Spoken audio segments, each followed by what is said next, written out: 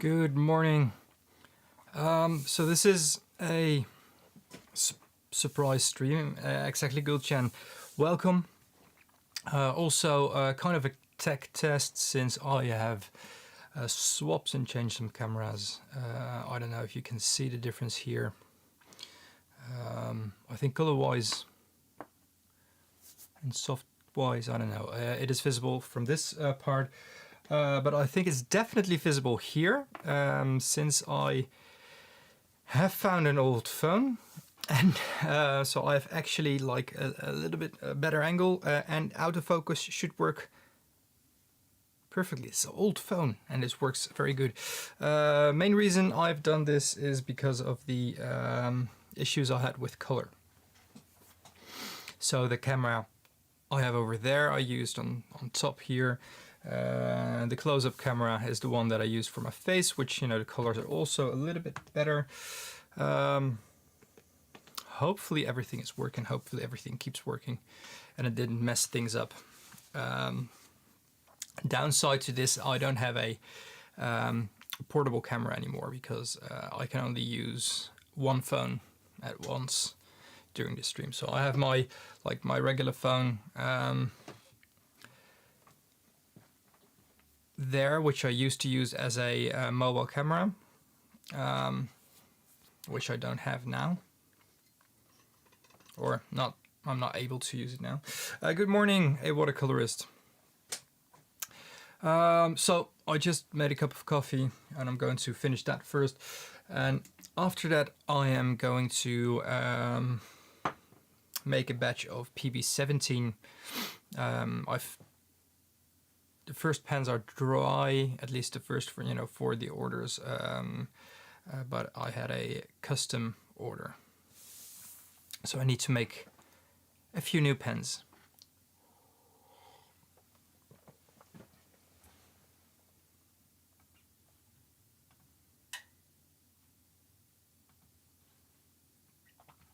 Like I said, I hope everything is working. I am going to... Yeah, I think it's been a while. I was live last Wednesday. I don't think you were there, which is fully okay. I haven't been there in a few weeks. Let me have a look here. Let me have a look if I can...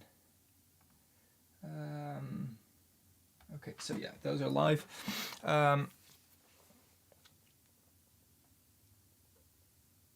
yeah, welcome back.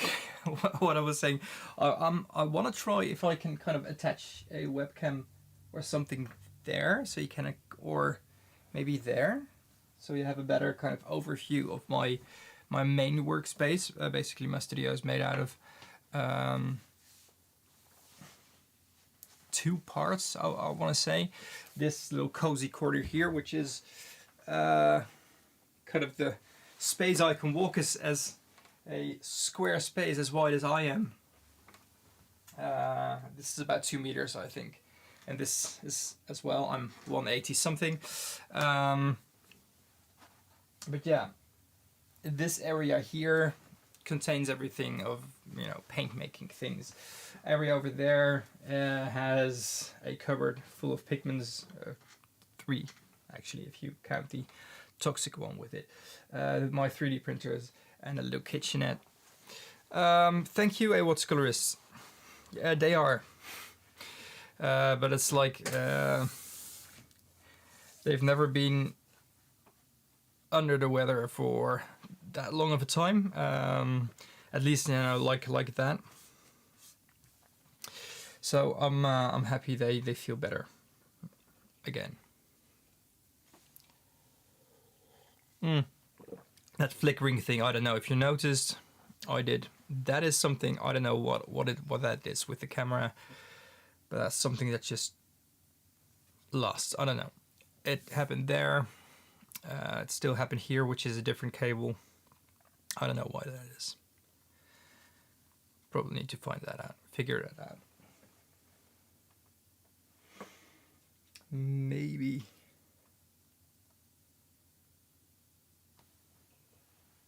Maybe it's it doesn't have enough power, I don't know. If that keeps on going, I'm going to figure out how to fix that. Well, you know, it's just time of the year, I guess. So I wouldn't say it never happens again, but usually when they're ill, it lasts for about 3 days, and then they're better. And now it was like 3 days, a little bit better, and then again, so up and down quite a lot.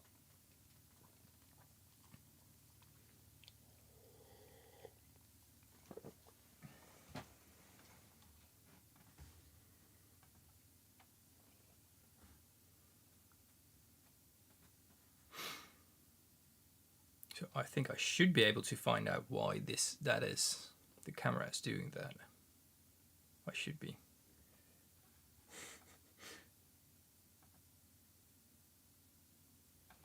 Not quite sure.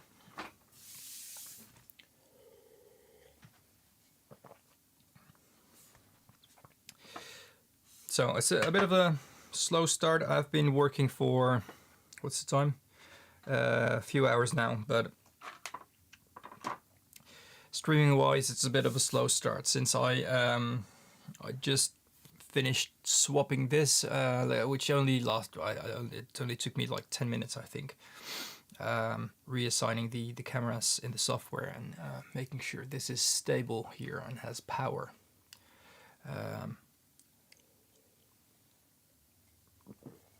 Now hopefully it keeps working. So let's see if everything works here. This is all working. I think the camera could go a little bit up, but I think this should work as well, right?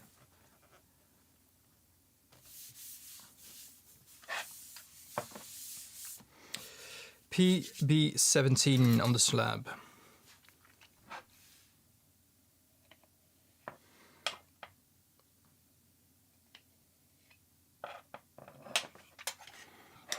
This is not a pigment I make in large batches. Let me have a look if I can fix one thing. It's a weird pigment. It's Phthalo Cyan, but it's not like any other Phthalo.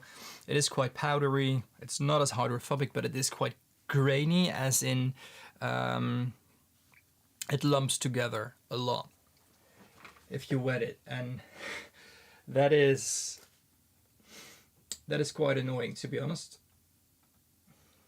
I think that looks a little bit better. Maybe if I just do 30 frames per second, that stops the flickering. Let's have a look if that works. Noise reduction can be turned off since you have lighting, so little processing as possible for the camera. This is a near perfect cyan, and it's also a very thirsty pigment. A very thirsty pigment.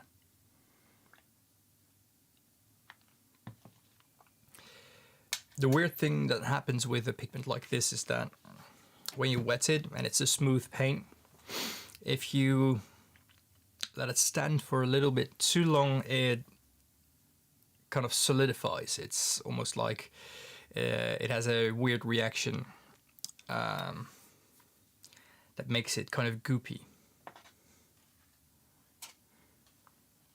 With this, I am using my hydrophobic milling method, so I'm not using my palette knife for this, just making a large sticky surface and slowly incorporating some pigment in that to minimize the lumping.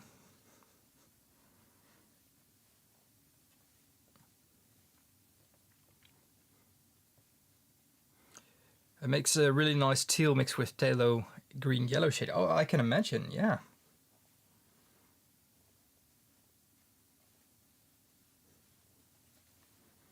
This is a very versatile pigment. And as a single pigment, it gives beautiful pure mixes.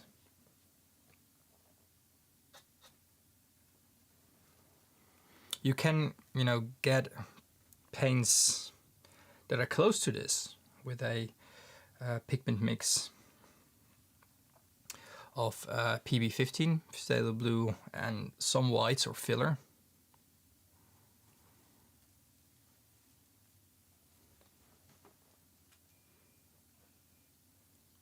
So yeah, you're welcome, AWOTS Colors.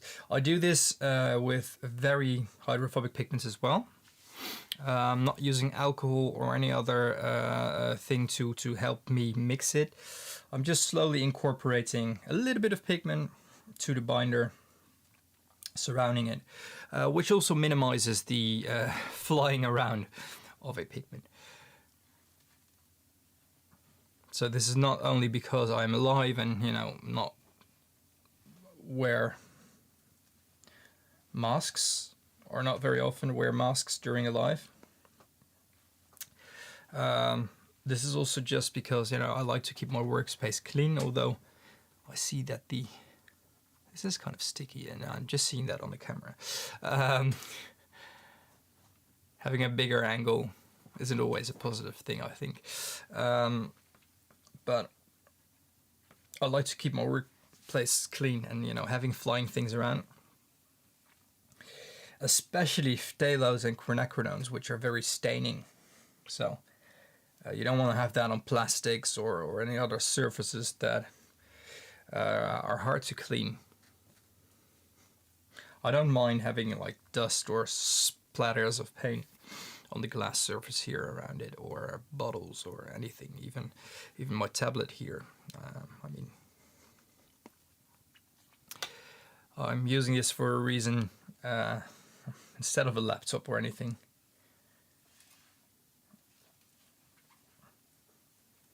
It's not that I want to have paints on it, but I try to avoid it.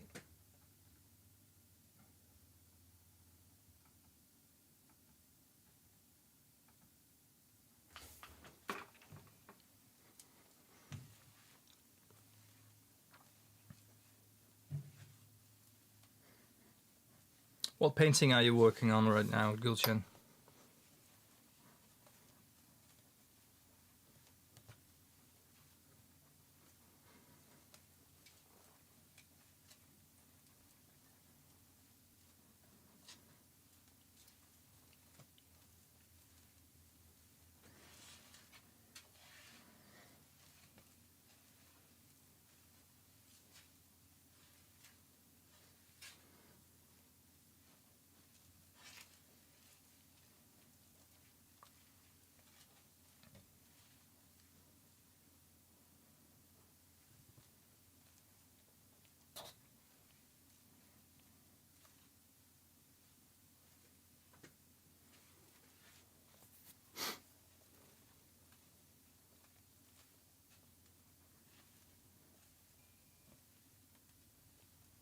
Ah, okay.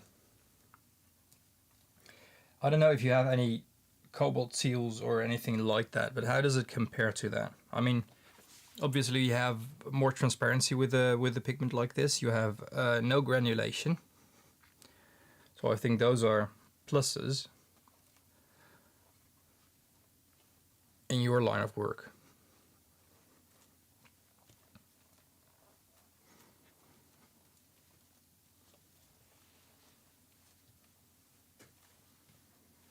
And yet, as kind of cyan-ish that pigment looks on the camera here, it is a little bit more like green on the cyan side on my slab than it is on the camera. Good morning.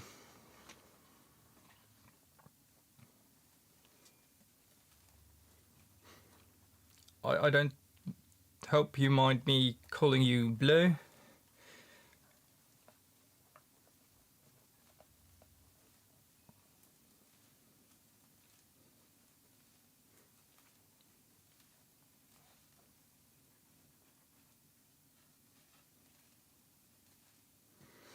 Ah, we should change that, Gulchen. I'll send you a dot. If I remember. If I don't forget it.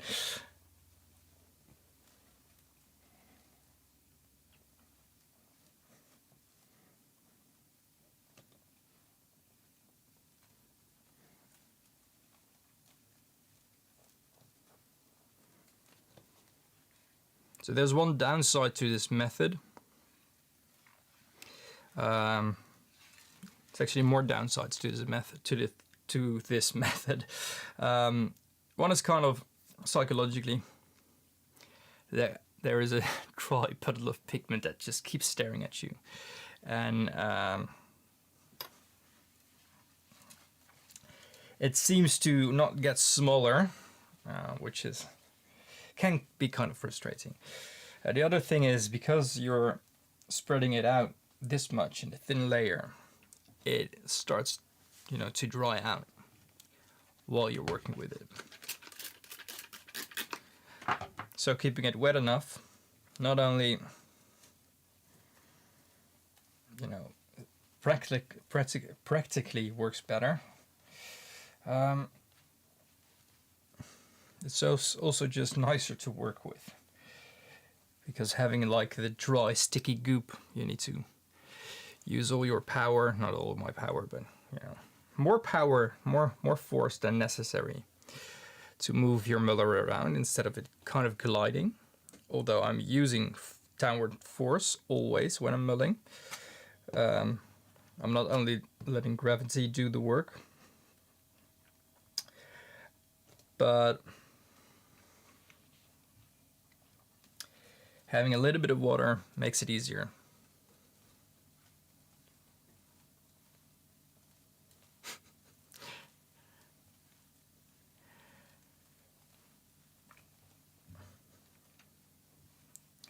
I can call you Ver as well. Give full good morning. Well, it's quite sunny here. Oh, I'm sorry to hear it's a grey day there.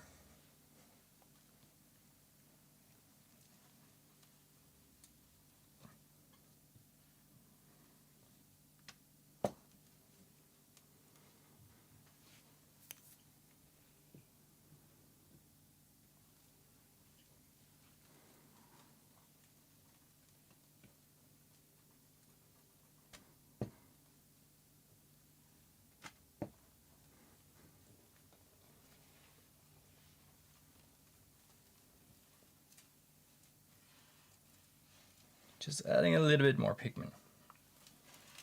Not that I get impatient, but I think we can work a little bit faster now.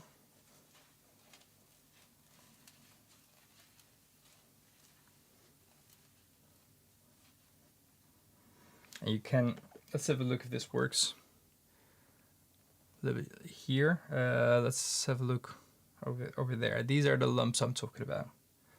So these are the little specks of pigment that look wet, but this is just a drop of dry pigment that sticks to the slab like that. And I really need to use a lot of force to get that off the slab, and also not let that stick on my muller, since it's hard to see. There are some specks that are kind of on my muller there, and let me see if I can show that to you. That's just off camera. That's a shame.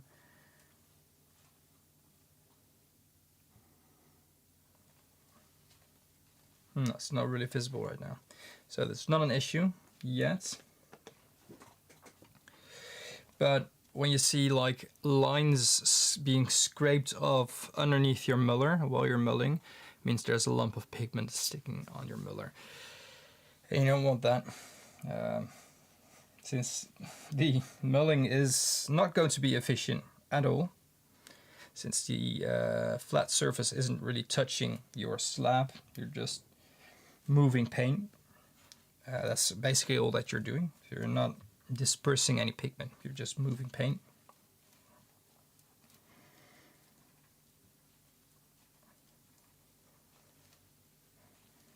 So for those of you in the Instagram group, that's kind of what Sylvie showed last week with PY50. Those lumps underneath the muller, that's just very stubborn pigment.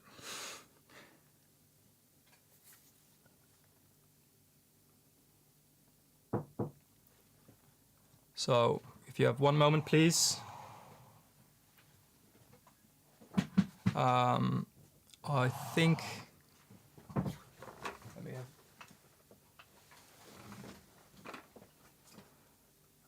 oh, sorry. I need to go back to the chat. It is a discontinued pigment, yeah, but it's already been answered.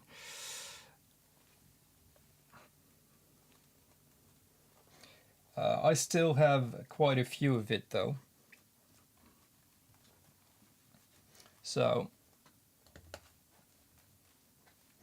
I'm happy to kind of have that.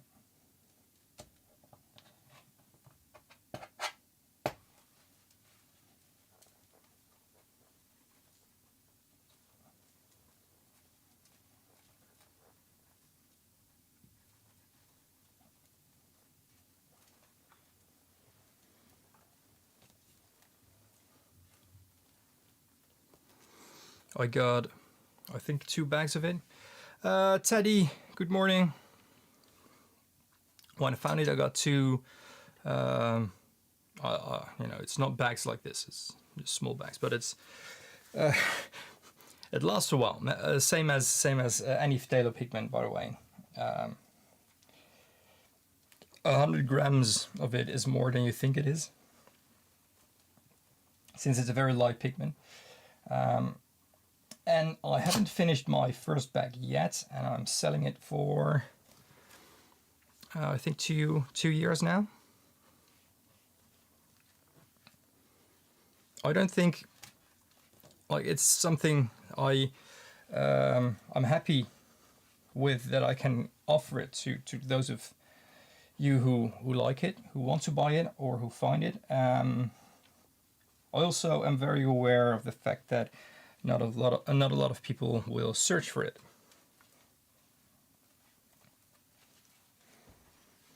At least, you know, Phthalo, Cyan, maybe. PB17, not so much, not as much.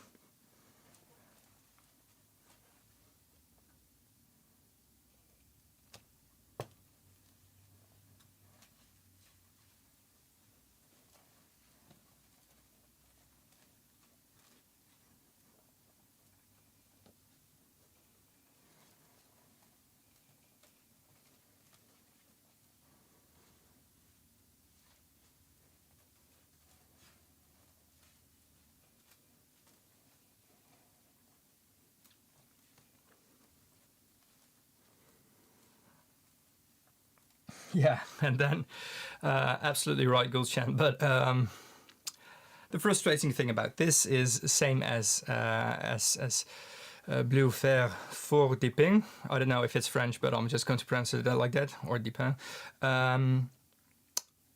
It's saying, like, asking about the pigment, and then finding out it is discontinued. So that's the downside of it. You need to learn from it. You know, you need to learn that it exists. Only to find out that it actually is something that won't exist forever anymore.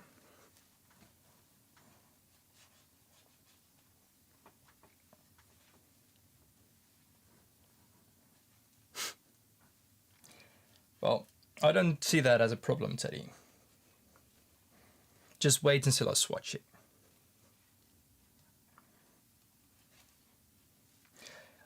That was, thank you, but I think my pronunciation can be better. To be honest, I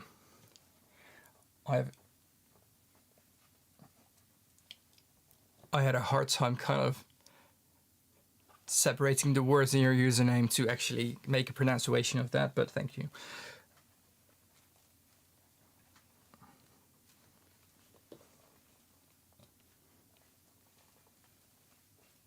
We're almost there. Halfway there. About this paint though, same with the pigment, a little goes a long way.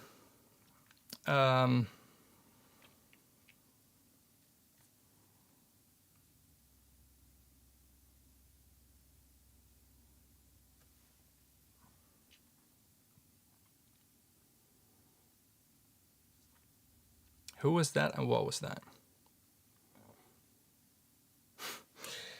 A little goes a long way. So you just need a little bit of paint. You need to load your brush with a little bit of pigment to get a lot of color out of this.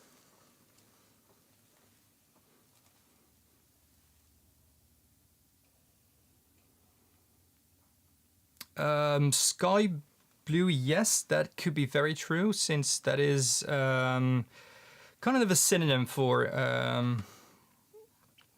this.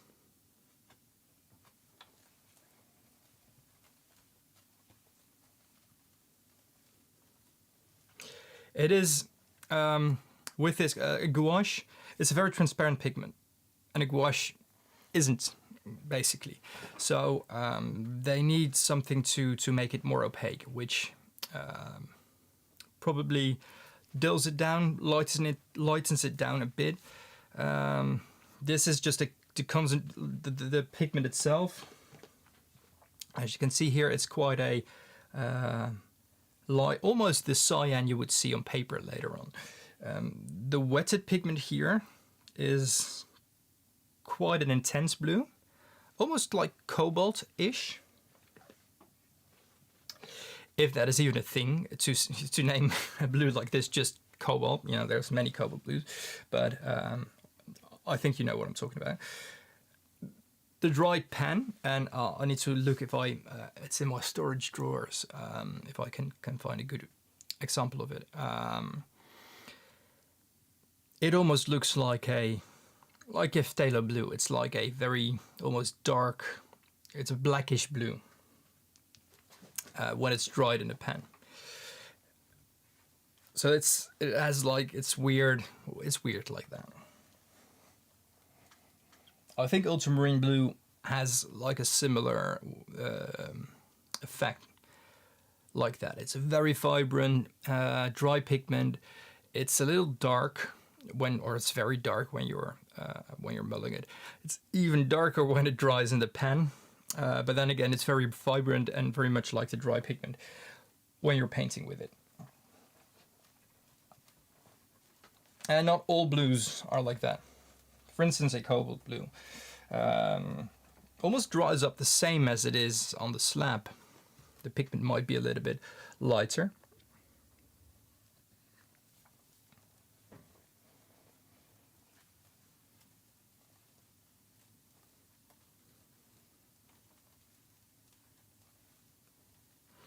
You can find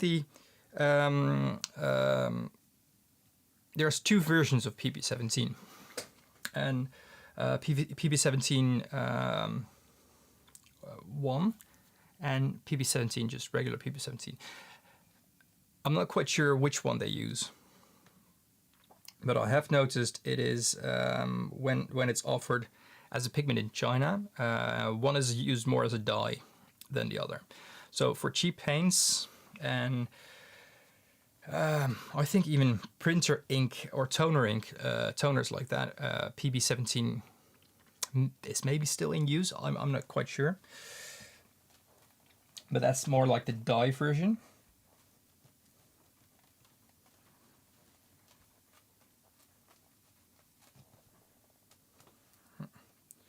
Need to make sure this is going to keep quiet for at least an hour.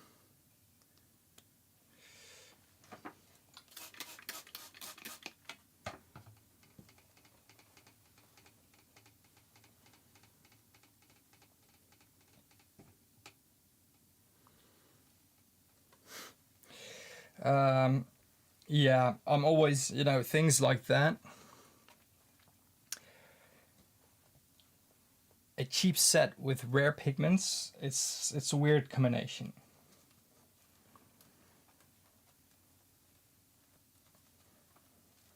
It's logically, it's not really a thing. So usually those are hues or the actual thing with a lot of dyes and fillers and things like that to make it cheap.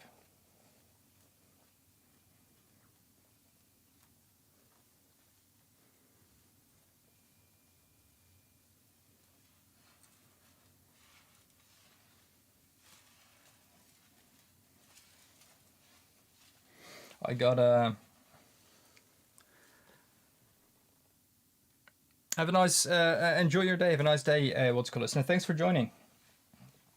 I got an ad of some sort on, I think, Instagram from a place where you can buy and sell gold. I don't know why I got asked for that, but there was one place that sold gold for cheaper than the current market price. That you could sell it for even. So buying something for cheaper than you can sell it for, that's also fishy. And then I just couldn't help myself but looking it up.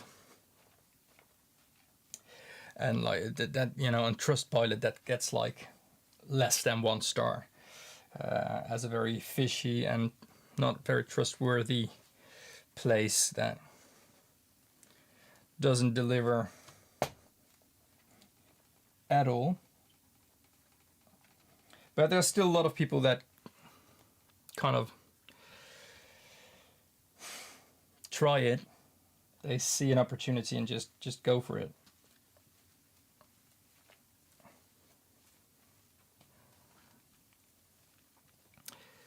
And sometimes you're lucky. Sometimes I've been lucky in the past as well, just finding things on Marketplace, for instance. But that's old artist studios that are being emptied, or someone that stops their practice and sometimes doesn't even know what they have. To be honest, a few times I've kind of taken advantage of that. Someone selling something for like 120 euros. Well, I know that, and that's like a box full of pigment. Well, I know that just one bottle would be worth that. I'm buying it. I'm not asking questions. Just when can I come and get it? But there's also been a few times that, in all transparency, I don't have the space for it anymore to buy anything. Not just things like that, not lots like that. If I see a few rare or a small amount of rare things or things that are would be very valuable to me, I can still buy it, but not like boxes full of things out of studios. I'm not doing that anymore. If I come across them and I do see some very undervalued things, I'll let them know. So I'm kind of like regaining my karma points in that way, I think. But hopefully, I hope to think I'm doing that.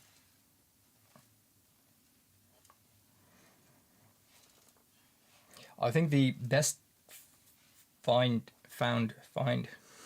the best thing that I've found was from an old monastery in the south of our country. And that was it was a really old monastery that was still housing nuns in an apartment kind of way. And they had a studio. I want to say shed, but it was a just fully separate building, basically larger than my house, for multiple uses, for storage, for it used to be to store the carriages in as well. Later it became a woodworking shop. Lost the word there. And it was used for restoring artifacts or decorative elements in the monastery. And they made their own paint, which was an interesting thing. So they mixed their dry pigments with I don't know what binder they used to touch up or completely redo the statues, the wooden statues over there, for the chapel, for the monastery itself. I found some very interesting things. A lot of lead-containing paints, cinnabar, a little bit of cinnabar, not a lot. Loads of ultramarine blue, the synthetic stuff. And a few bags, paper bags, but you know, still, for the pigment that it is, quite a lot of pigment within those bags. Schweinfurter emerald green, or Paris green. And they were in old soup cans, like metal soup cans. I don't know if I can show you one. No, it's in the back. Metal soup cans like this big, with the lid on it that you just need to push down, and it was kind of airtight. And I opened that from the the old overseer from the for the shed over there, and he used to work there as well, in the I don't know, I think it was more of a concierge, and he helped me. He took a screwdriver and just opened the can, and it was full of those little paper bags, handwritten paper bags, and I think I have one of them over here.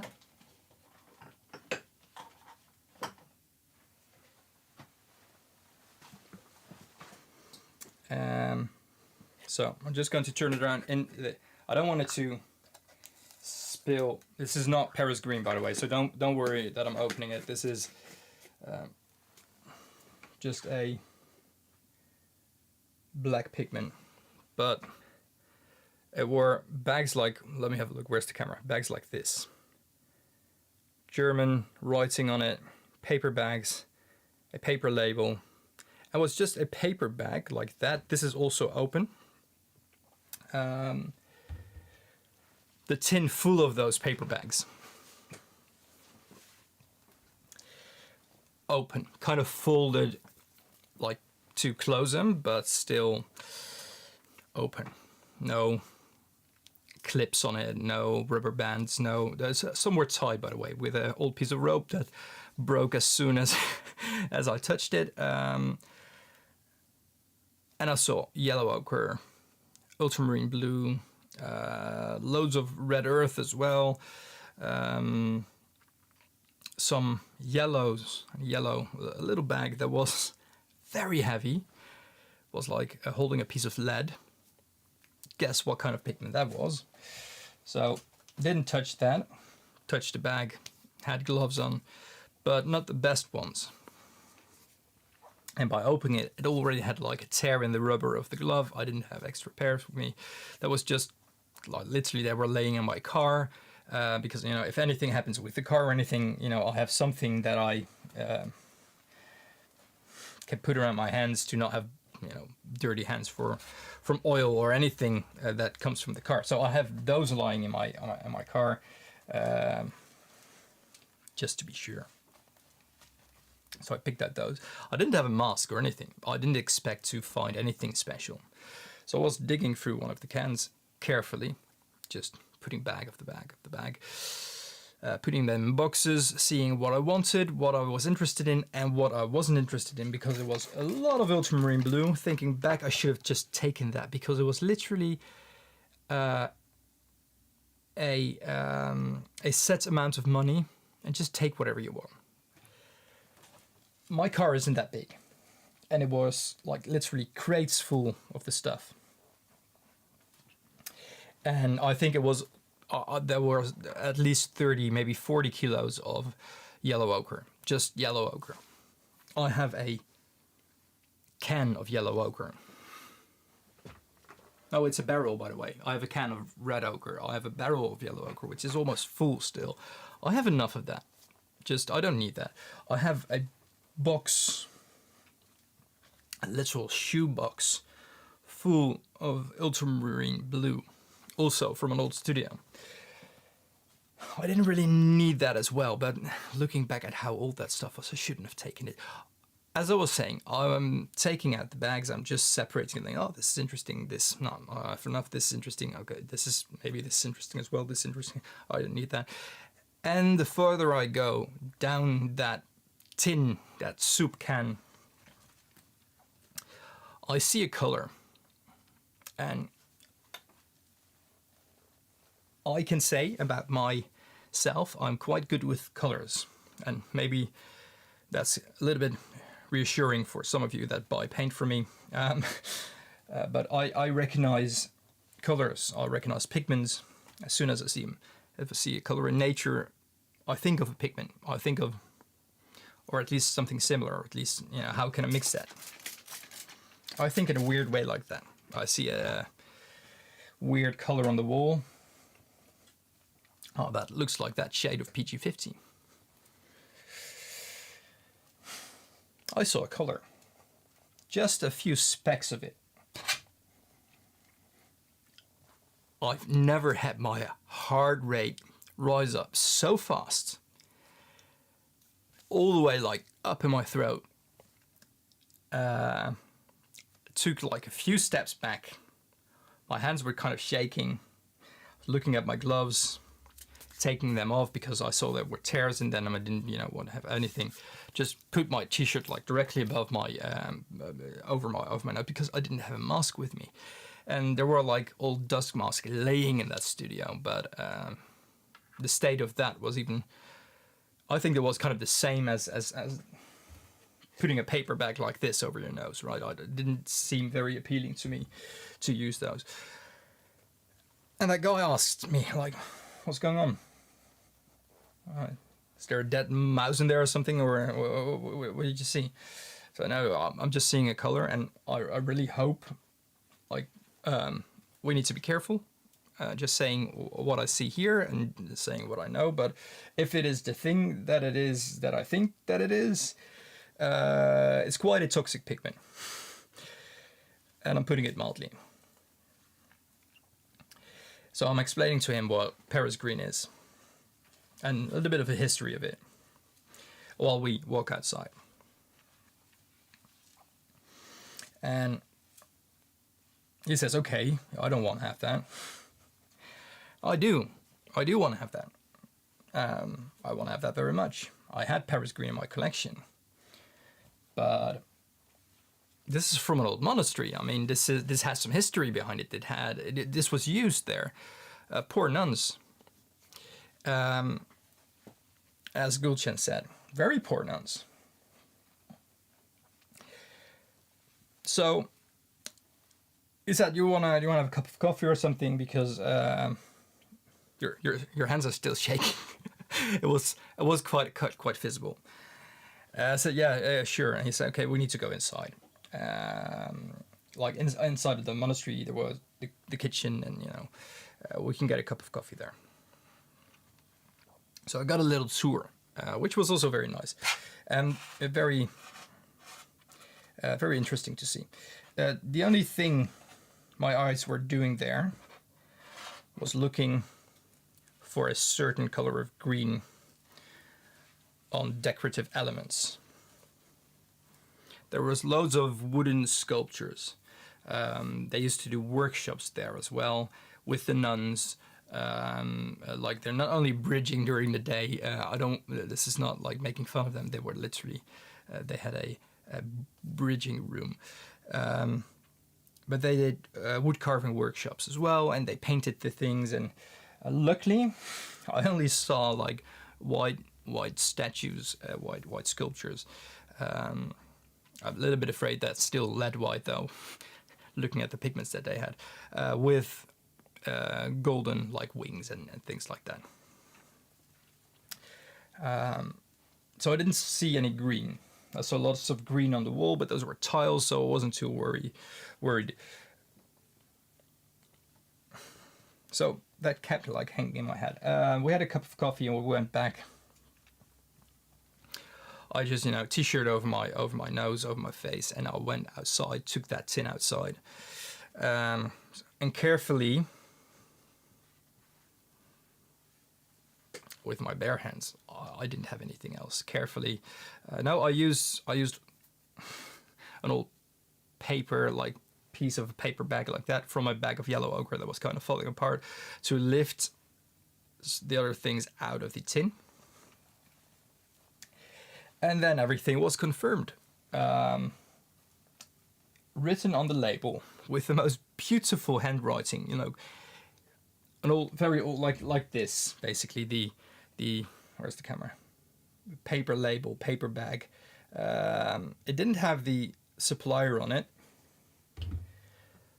but in a beautiful handwriting, Schweinfurtergrün, which is the successor to Scheele's green and is better known as Paris green. So we had the actual thing there, the arsenic pigment. Time-wise, everything like checked out. This was late 1800s, early 1900s that this pigment stock was piled up. It was kind of restocked the last time. There wasn't a modern thing in there. There wasn't a modern pigment apart from ultramarine, but that was discovered in 1826. So, like, that was a very regular thing 100 years later.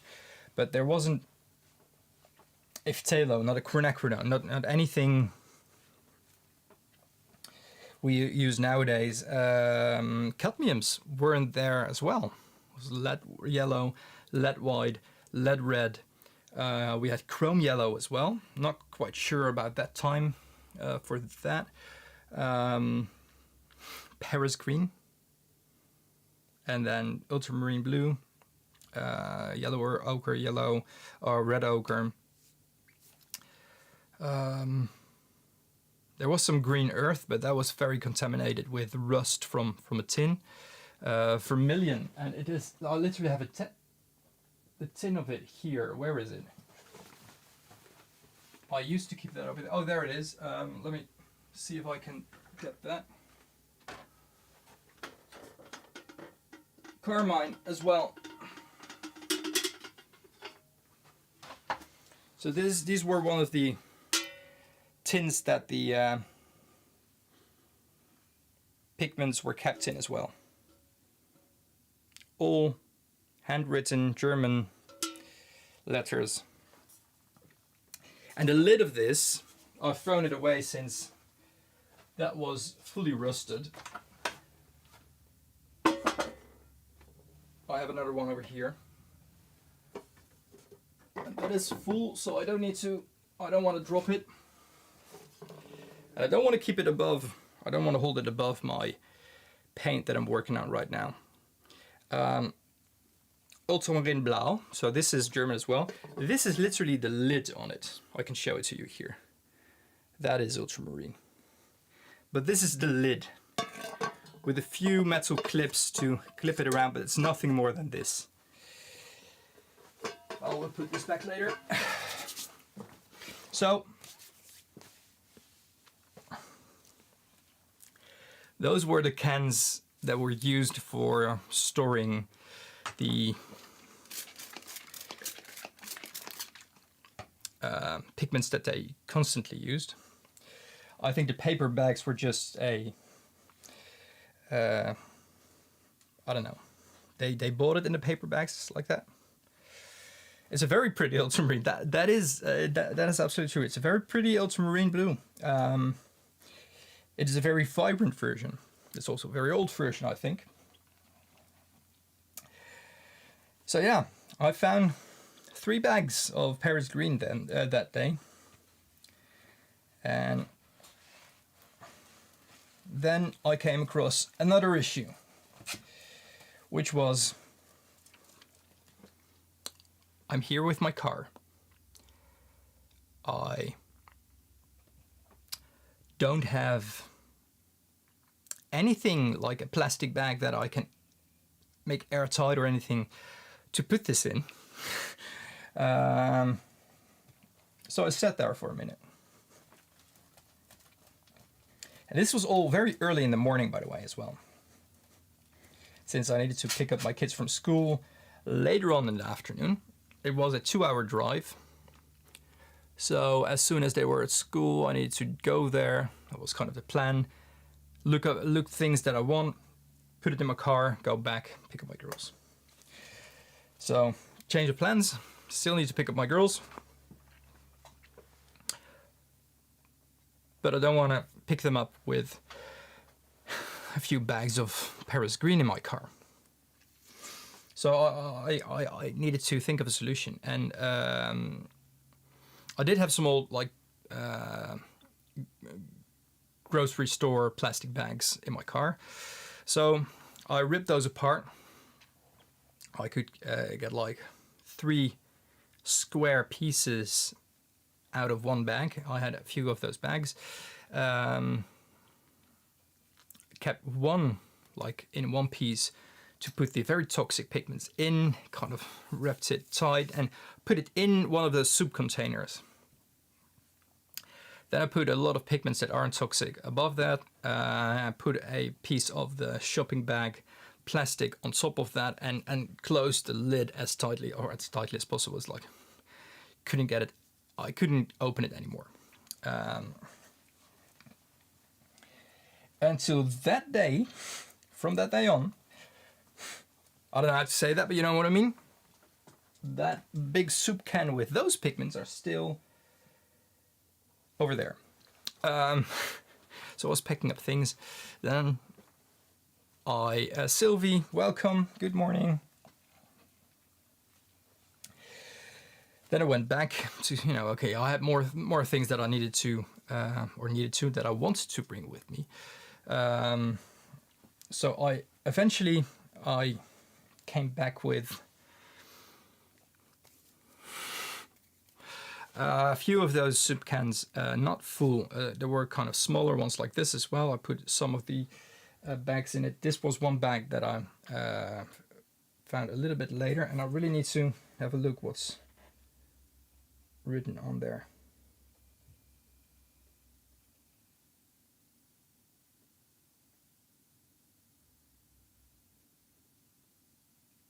I think I will take it out of the bag as soon as I finish this.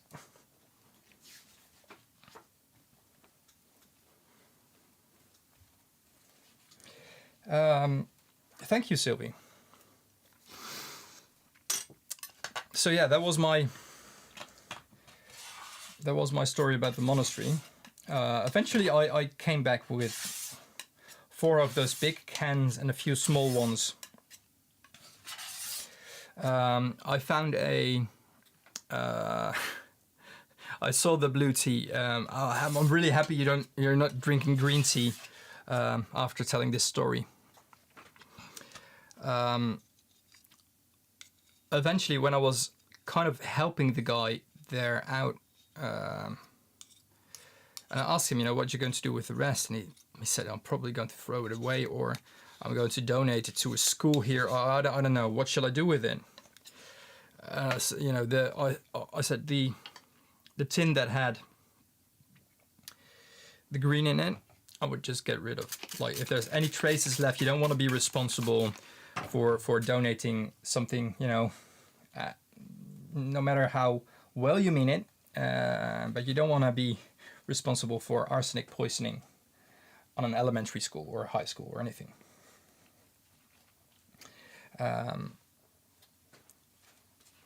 So I helped him a little bit further, but then I was in a little bit of a hurry because of the time. That's nice. Good, Cyan. So I helped him, like, okay, this is yellow ochre, definitely 100% yellow ochre, red ochre, ultramarine blue. Those were the three main things that were there. There was that box of green earth that was contaminated with the rust. I said, it doesn't do any harm. It's not very useful for me, but maybe someone else can use it, or I don't know. I wouldn't just throw it away as well. It could be that the yellow ochre is still like maybe high in magnesium or manganese, that one. Looking up too many supplements, I think. But it's kind of safe. A big tin full of lead white, that's not safe. But maybe there are some like old restorers or that are interested in it.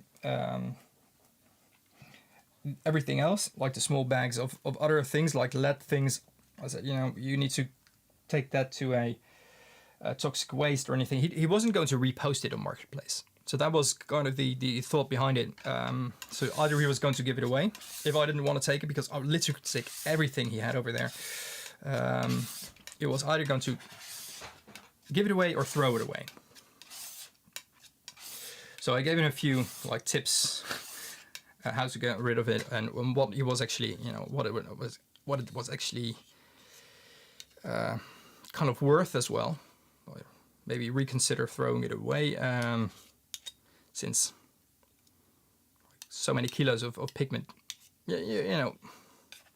For the monastery, they could get quite a few euros for it. But he said they weren't interested in that, and that's why it was his idea to put it in the Marketplace in the first place. So he said otherwise it would have been all thrown away.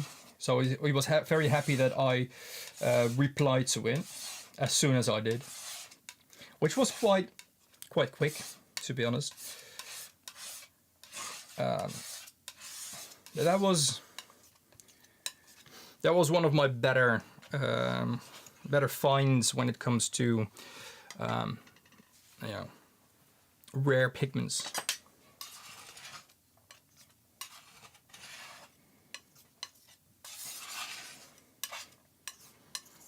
And this entire story that lasted way too long, by the way. My apologies for it, but that was just me trying to get away with me taking so long about this paint.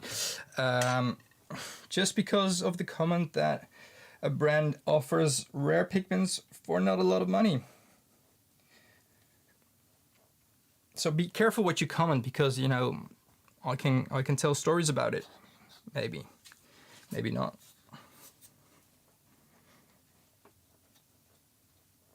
My plan is to make to still make paint out of the Schweinfuttergrün that I found, or at least swatch it. Make a little bit of paint and swatch it to see what version. I think from what I've quickly seen by lifting them from one tint to the other, I think there's 2 or 3 different versions of green.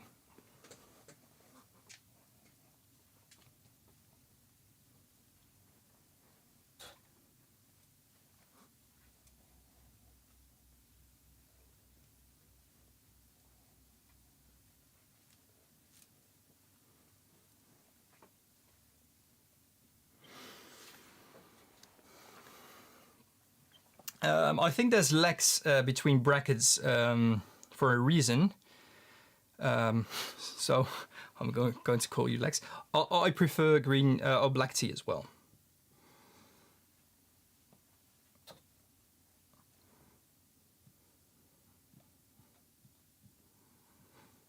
Like, I really enjoy like a good cup of Earl Grey.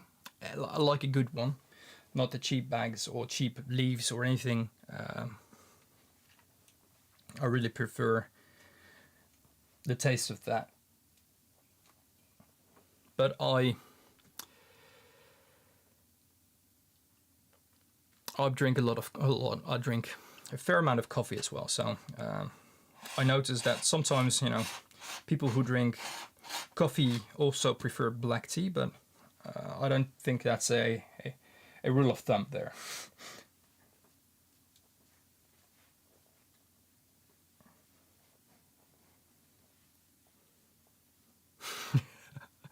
Earl Grey is like drinking perfume. I would suggest not to drink perfume anymore, Gulchan. That's bad for you.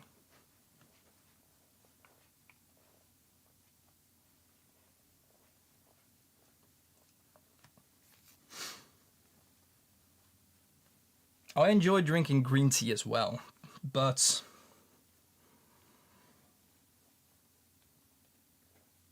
not as much.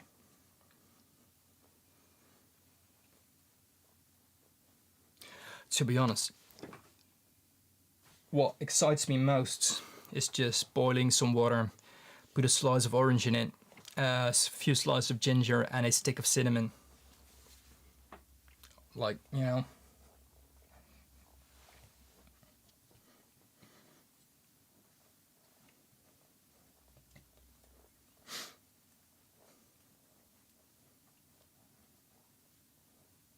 I think that's more like infused water than it is tea.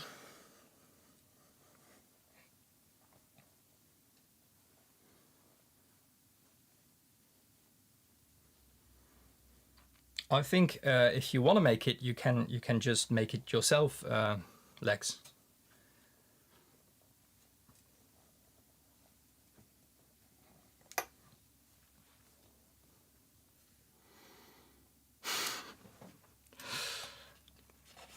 I was worried you were drinking perfume there, Gulchan. Because as far as I'm aware of, you are not drinking alcohol, so I was kind of worried there.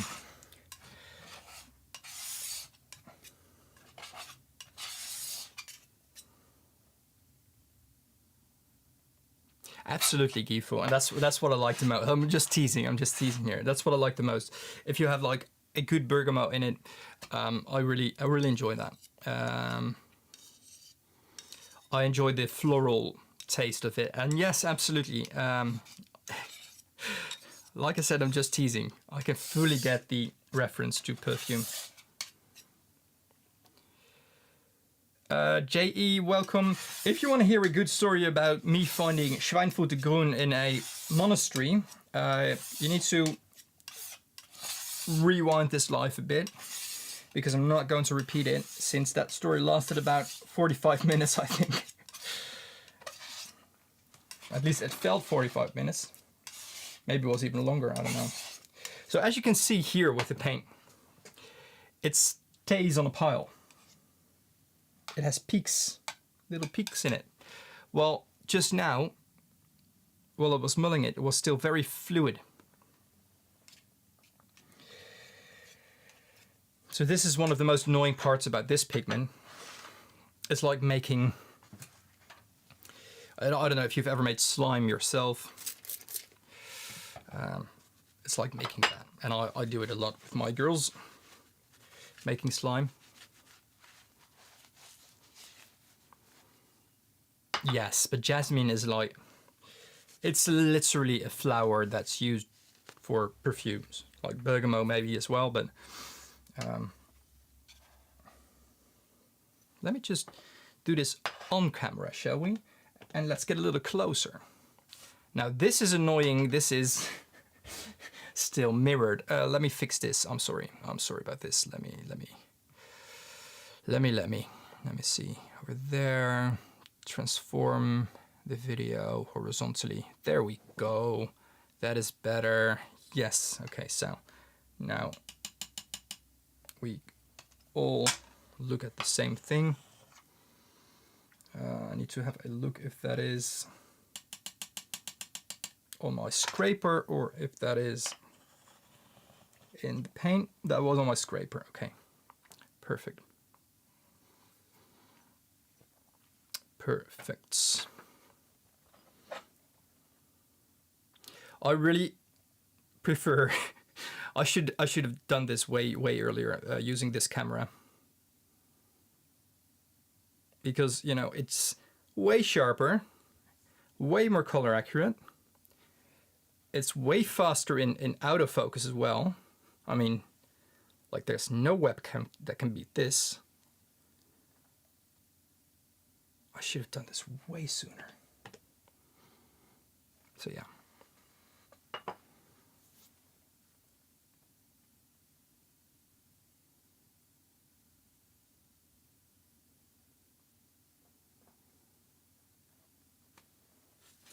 But legs, I think, in all honesty, and that's like no judgment here for that, but when it comes to purists in tea, I'm not a purist, so I'm not attacked by this or anything. But saying you're like a boba,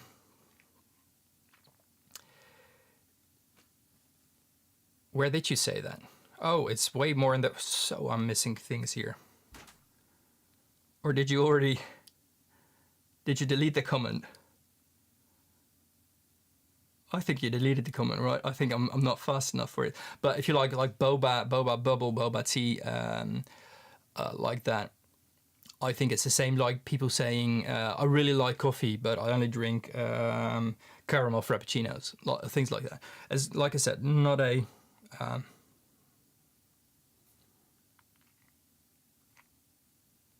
no judgment here.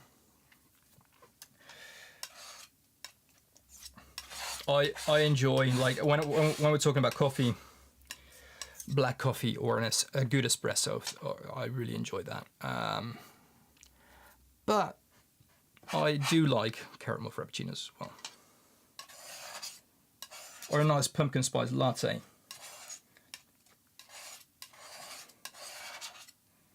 Cheesy things like that. I enjoy from time to time. Let's have a look what we're going to do with it. I don't have enough pans, so I'm probably going to do it in a jar, but I think I have a syringe with a little bit of... yes, this is... Isn't it? This is some...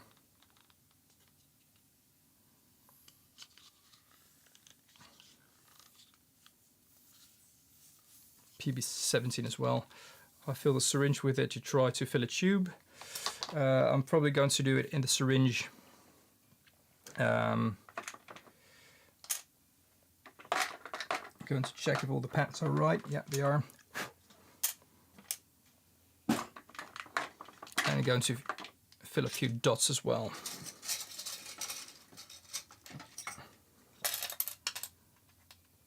Oh yeah, you know, boba tea is like, it's not even a guilty pleasure. It's just, you know.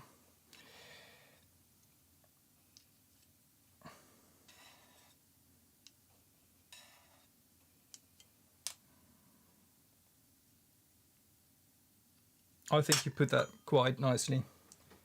A nice little treat.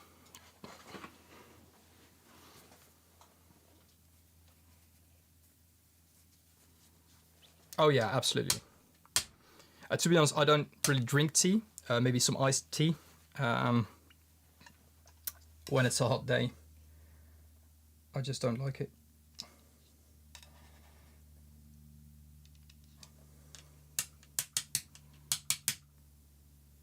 So I'm tapping this way more than I do with my other paints. Since it is quite thick. If I'm scooping it on like this, there will be an air bubble trapped underneath the paint. Let me just quickly show you here. So I'm using my palette knife, scraping on a little bit of paint on the tip, and I'm just scraping it off there. There will be a air bubble trapped underneath there. So by tapping it, making a mess here. Wow, by tapping it like that, kind of leveling it, but you know, that's why I had a little piece of cloth to get rid of that. Making sure it's also not on my fingers before I'm making everything dirty. And no dirty blue jokes here. I know it's dirty, and I know, you know, this is a very blue color, but that would be very uncalled for. Let me just get back to the chat. Lawrence, how long do you dry your pans on average for from making to sending? Well, my pre-order window is like 6 weeks. But that's from first layer. So, you know, with last shop opening, I added 5 new colors, which needed a first layer. You know, all colors needed a first layer. Paolo, welcome. I hope you have a good day today.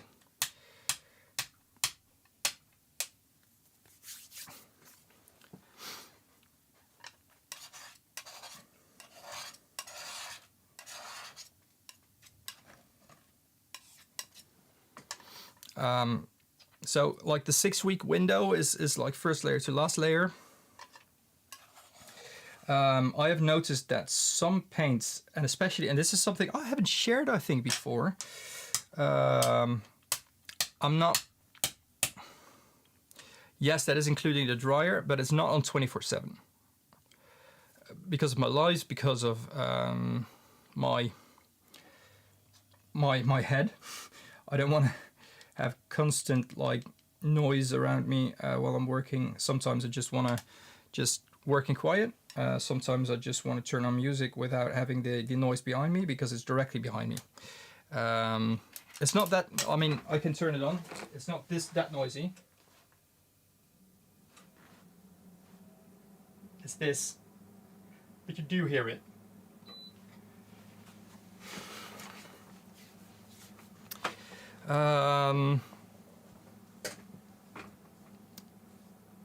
And malachite, I'm not putting malachite in the dryer,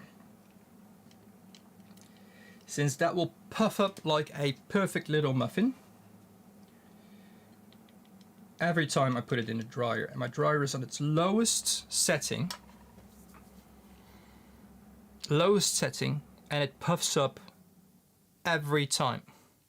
Also, I had to restart PY110 because after yesterday's batch, I made a batch yesterday and I topped off some pens. The pigment that I had left, I have like the 10-kilogram bag of pigment which is still sealed, but the bottle of pigment that I have is contaminated, has dust in it, which is I noticed that in my paint, so I've thrown it away. I needed to start that over yesterday, so I will be doing that 24/7 in the dehydrator from now on.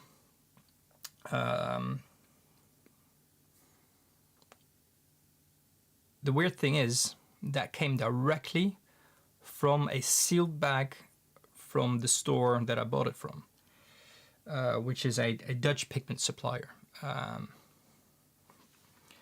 So I'm going to contact them about it. Haven't done that, but I found out yesterday, and yesterday was a very chaotic and busy day for me.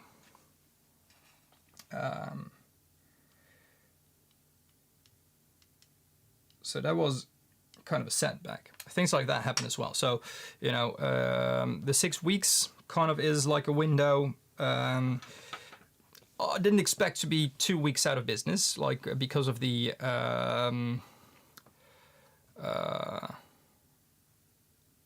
OJ. I will react on that. I didn't expect to be 2 weeks out of business because of taking care of my kids and myself a little bit as well. So that was a setback, but I need to take those things into account. Yeah,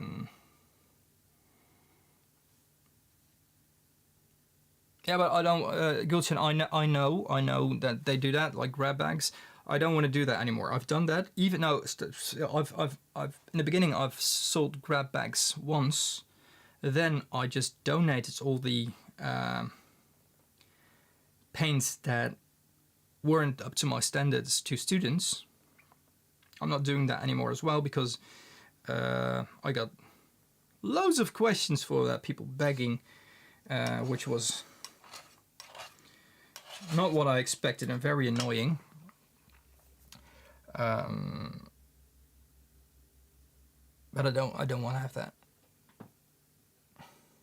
Like dirty pens that are overflown, or this has a drip on it. I can probably break this off. If I can't break it off, I can still sell this. I mean, if you're going to make an issue out of my brand being covered by one, dirty blue being covered by a drip of blue, I think you need to just buy store-bought paint if you can't handle that. But for me, that's not a filled pen. That will be a cheap or a waste of income for me as a business. If I sell that as a B product, it's not B quality. The paint is just less pretty.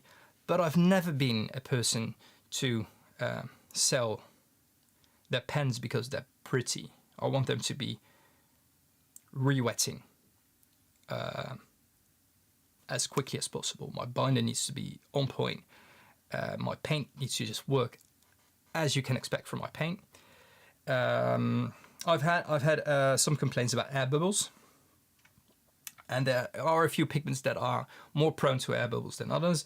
But I really need to tell that in my shop or put that in the box that I'm shipping them with. I have. Let me have a look if I have an example for you. Now I can just find an example of a paint that I've topped off like that. I think that could be a good example, but I'm looking for something else. I think this is a good example. This is PG16. This doesn't have an air bubble in it, but I think it is a good example. So this is. I like my pens to be like flat, just not have a larger bubble on it. If it has like an added extra drop of paint like this and it's fully dry, like this is, I'm doing that because it compensates for the amount of paint that was lost because of an air bubble. And if I'm very aware of one pigment that has air bubbles, I'm doing this with an even more maybe exaggerated dot on it. You can expect, like this is a dot pen, for instance, you can expect a dot like this on top of, like in the middle of that, just to compensate for the air bubble in the pen, as a gesture of goodwill, if you will, to compensate for the loss. But this is a perfectly good pen. This shouldn't have any air bubbles in it. But I'm kind of doing that more and more because I got more complaints about tiny air bubbles and people noticing that. And then I, for I think five customers already, I've asked them, but was it kind of had a little extra top in it? Wasn't it flat, but it had a little extra dot? And, it looked weird. Yeah, it did. So that's what I did to compensate.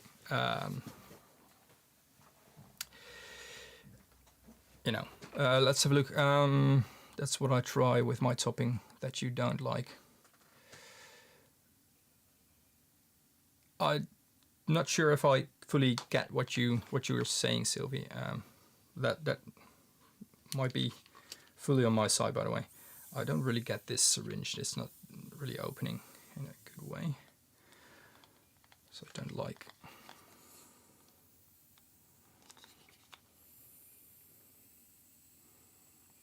A bit scared of putting it in the syringe because I don't know where the cap is. That's an issue. There's definitely no bubbles in it. Yeah, the muffin tops, but that's I've said that before during my live a few weeks back. I got complaints because of it. The muffin tops in the very early beginning.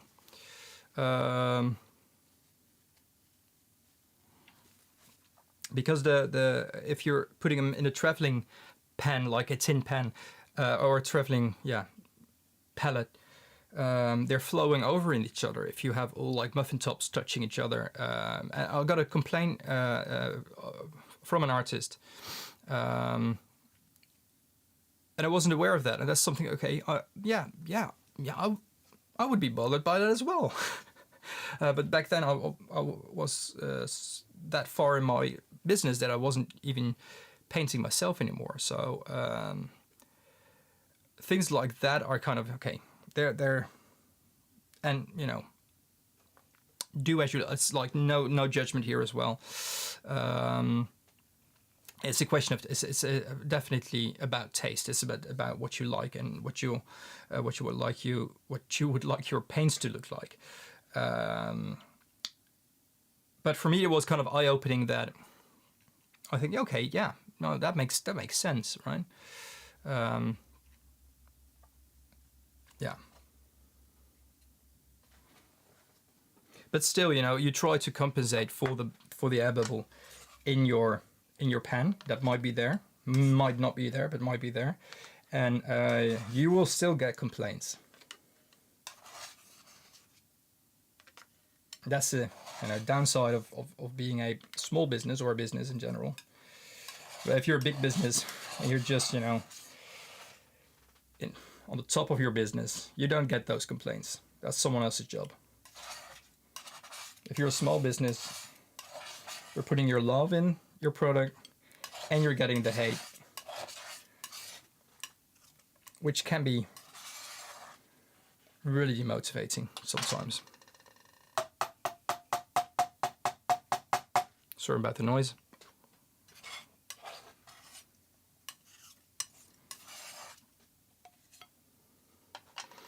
Yeah, I've done that. Look, also in the past.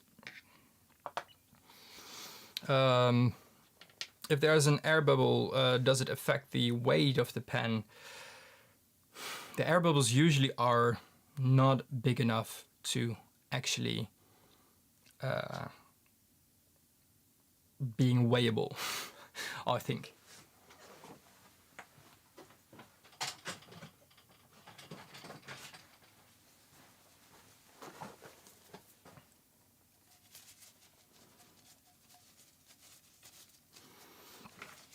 So putting a glove, this is all from experience.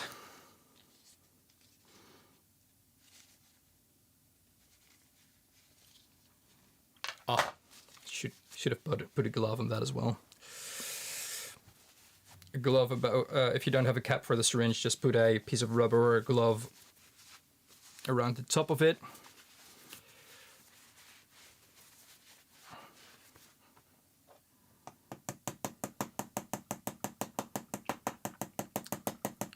Sorry for the noise, you guys.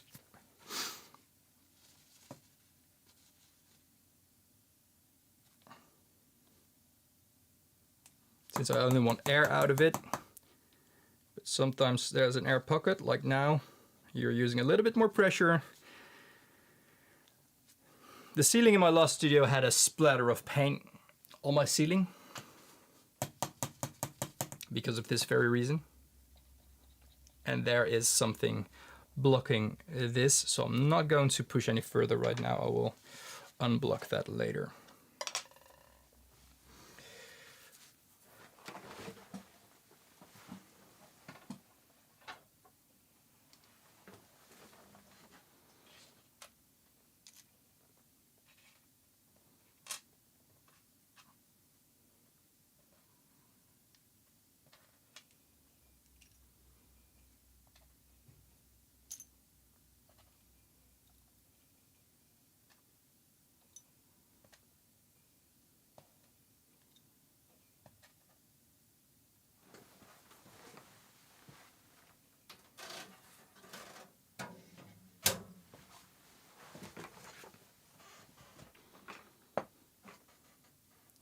It also helps if you have higher ceilings, but in this studio, as well as my previous one, I didn't.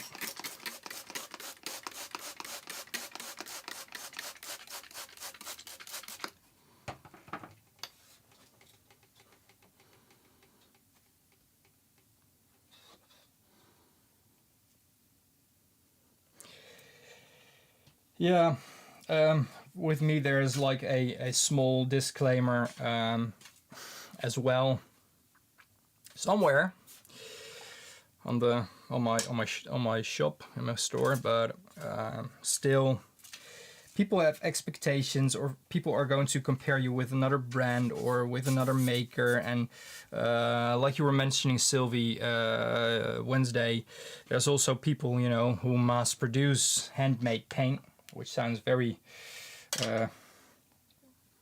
weird when you say it like that, but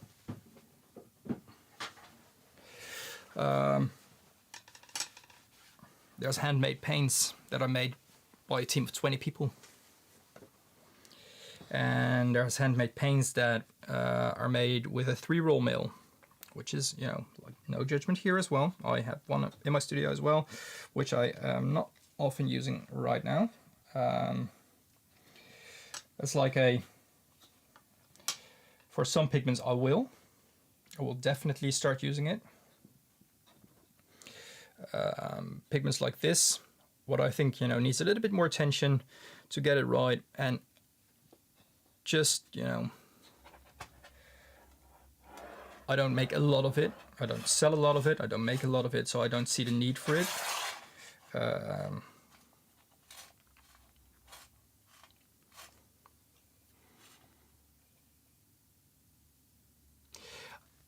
I'm sorry to hear that, Gulchen, but that's an issue I've come across with the Trio pen.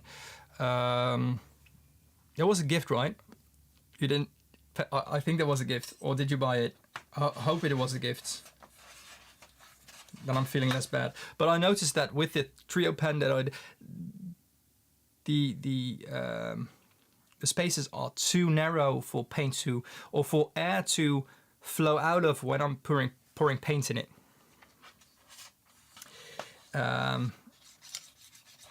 So I noticed that's an issue with that. So I need to either not offer those anymore. Like I don't offer them in my shop currently.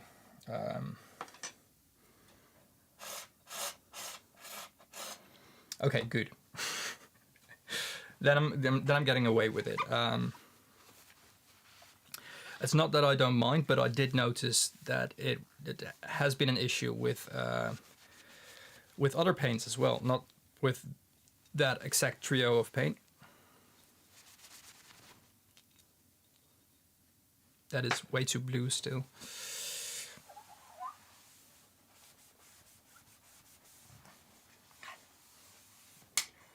What's the time? Okay.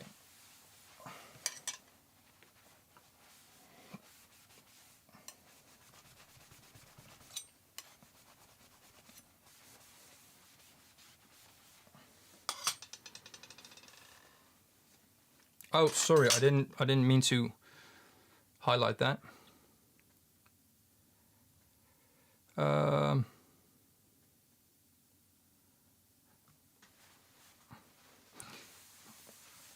Yeah, that was somewhere last year, I think, early last year, maybe earlier.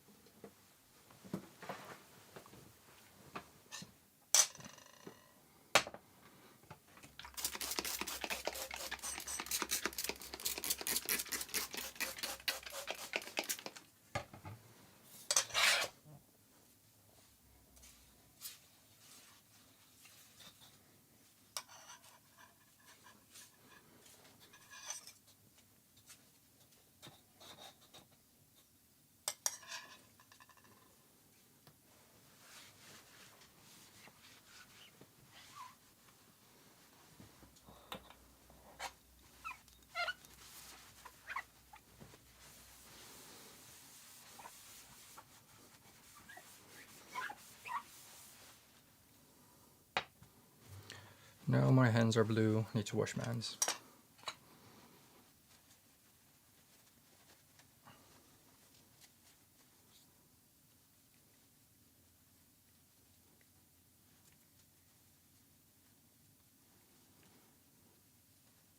You don't use it that much.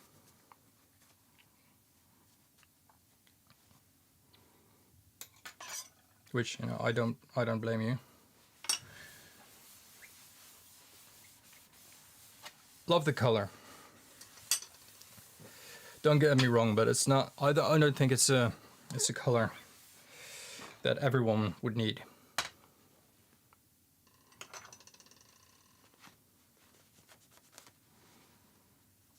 You use it all the time. Or you just have enough of it. That's possible as well. It does also, and I don't know if that's the case with you, but it little goes a long way there as well, since it's a very opaque color.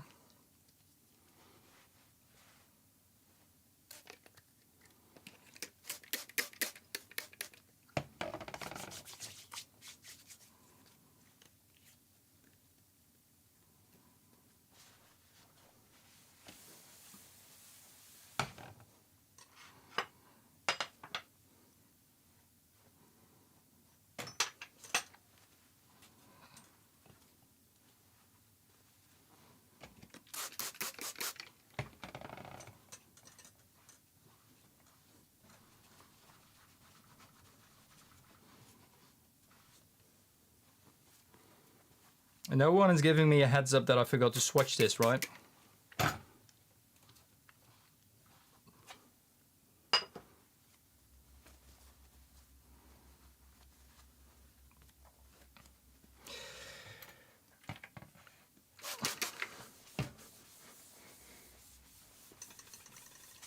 I'm just going to show you a swatch. I think you would have enough then, yeah. I'm just going to quickly wash my hands and I'm going to show you a swatch of it. Just showing you.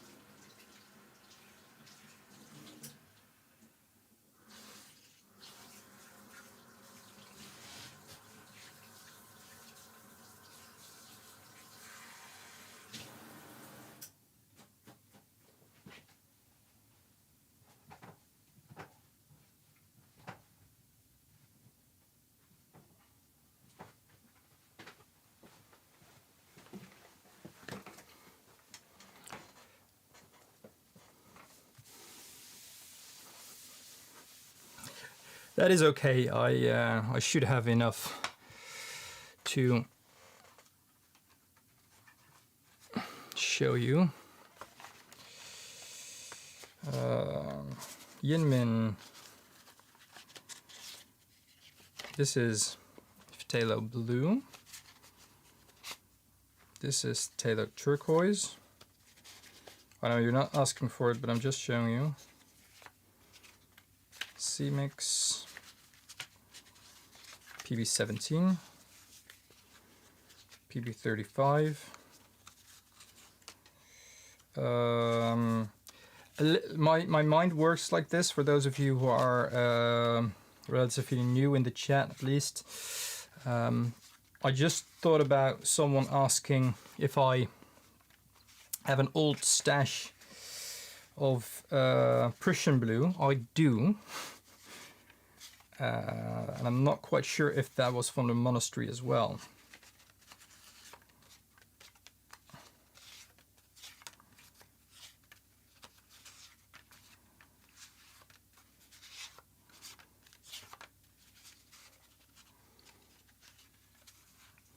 I'm quite late doing this, but let me just put everything on color, right? PY, oh, this is also PY, weirdly enough.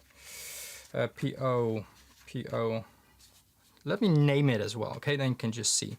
PO48, PO47, PO73, PO64, PBK11, PV19, there it is, PB33, PB60, PBK32, PBR48, that's not something I sell, PBR7 raw umber, green earth, green umber, sorry, PBR37. This is green earth, PG23, PG51, Victoria green, PG50. That's what I wanted to have here as well. Phthalo teal, malachite, PG39, PR122, quinacridone magenta, potter's pink, PR233, Yintico, PR298, PV23, dioxazine violet, quinacridone violet, PV55, manganese violet, PV16, my dirty blue signature mix, sap green mix, PV62, strontium violet, PO49, quinacridone magenta, PBR24, forgot about that one, sorry about that, PY43 is yellow ochre, earth, that's the one, Phthalo green, blue shade, ultramarine blue, chromium oxide, PG17, PG36, Phthalo green, yellow shade, PR8S287, Maya red, PBR33, Frangelica blue, PG24, ultramarine green, cerium red. Let me just do the rest as well. Perylene red, perylene maroon, I'm sorry. Perylene violet, PV29, quinacridone. Chestnut, PR26. Pyrrole crimson, PR264. Pyrrole scarlet, PR255. Caput mortem. Indian red, PBR11. PBK10. Graphite, PBK31. Perylene green. Vivianite grey. Icelandic trio, PBK9. PV15, ultramarine violet, cobalt violet, red ochre, natural. These are all for sale in my shop. Yeah, yeah, they actually are. Burnt sienna, PBR7, Indian yellow, my Indian yellow, or dioxazine. Dioxazine violet? No, dioxazine. Nickel dioxide yellow, that's the one. NTP yellow, 227.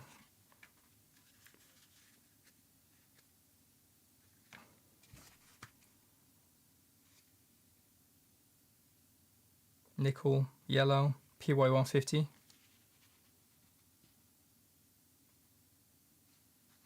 Chat, please help me out. Dragon's blood, NR31. Brown ochre natural, PR259 ultramarine pink, PBK26 spiral black, PBR23, PB27, PB30, as you're right, natural ash, Vivianite blue, dirty blue exclusive, and the mud mix, which I've run out of. What's the one with the 3 swatches? That is the Icelandic trio. So this is the Icelandic trio, Icelandic mineral earth pigments.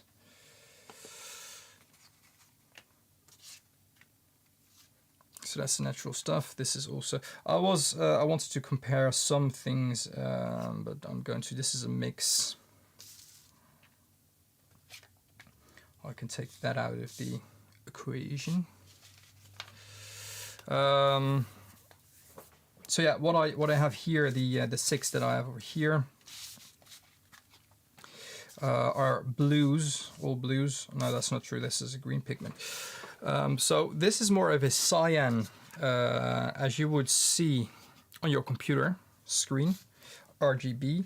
And when we're talking about cyan, magenta, yellow, the cyans for that are closer to PB17 or PB33. Thing with PB33, and I know this is quite a bad swatch of it, it's too thick. this swatch doesn't granulate. Well, it granulates beautifully, but for a reason it didn't granulate there. Same as PB35. I think I've used the wrong paper for this. Although this does granulate, so that's a bit weird. Yeah, but the PB17 is a more transparent, like non-granulating version of Cyan. So these are pretty good Cyans. This with white also comes close to a Cyan. As you can see here, it is a little bit darker. Some people use cobalt teal, PG50 or PB36 for a Cyan as well. For me, this is more like an RGB Cyan. I don't like that for a paint Cyan. That's my opinion. This is more like a sky blue, so it's a little bit too red. This is too green. This is Phthalo turquoise.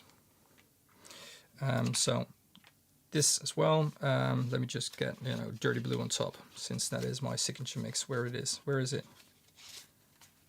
Dirty blue signature. There you go. And then the Icelandic trio. Then you have a bit of a then you can see what it is. The yellow. Let's put a good yellow on top. Like my. Where did I've put things in the wrong place, guys. You didn't warn me at all. Thanks for that. Thanks for not helping me here. Jeez. So this is like a good representation of the colors that I have, I think. Let's put a good red. Let's put a good red for the reds, right? That's it. That's a good black. I think that could be a better violet. That's a good violet. Blue-wise, that can be better as well. Absolutely. Brown-wise, I think we can do better than that. That's the one. There you go. Now you're seeing all of them. Green-wise, we can do better. There you go.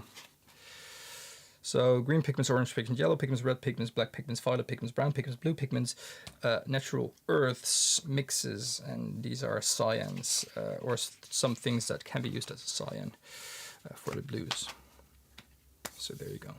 These are all the paints that I do sell. This one belongs to it as well, PY110, but I had some issue with that. I haven't swatched my latest paints yet that I do offer, like PY110. Cerium oxide red I do have in here, but zinc green isn't in here. Titanium white isn't in here. Maya blue and indigo blue aren't in here as well. So we need to change that. But let's just get this here.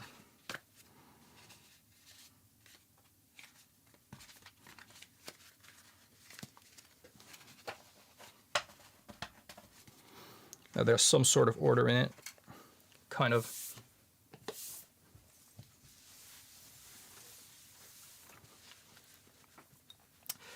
So that's a very long session of PB17.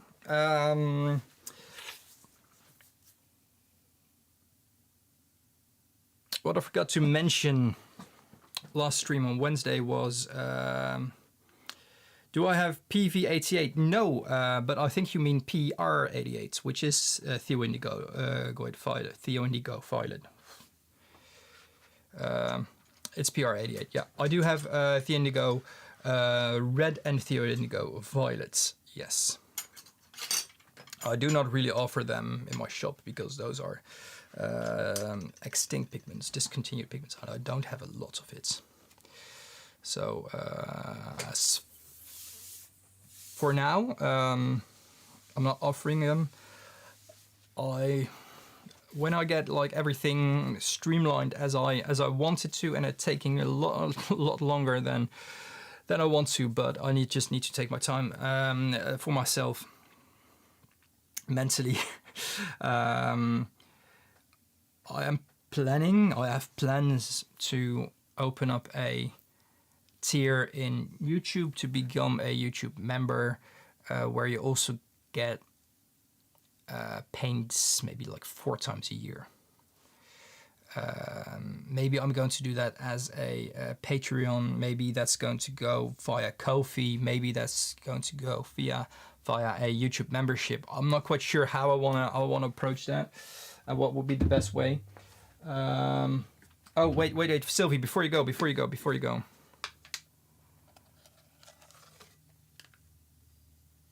I wanna.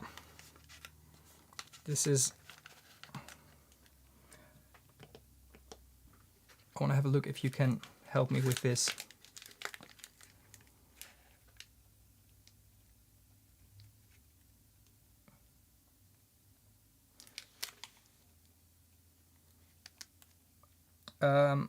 Do you know, Sylvie, are you still there?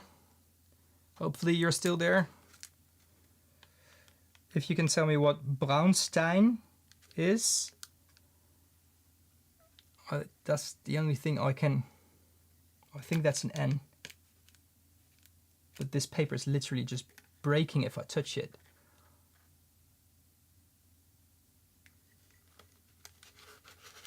I think it's an N. I'm not quite sure.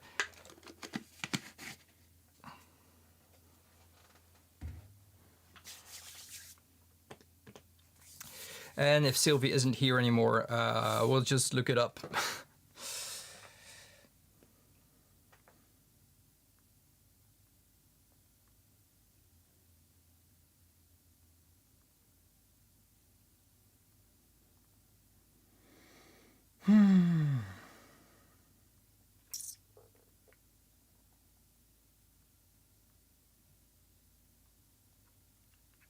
Yeah, I think I'm going to go with Ko-fi, since that's like, I already have a Ko-fi and less things to set up, basically.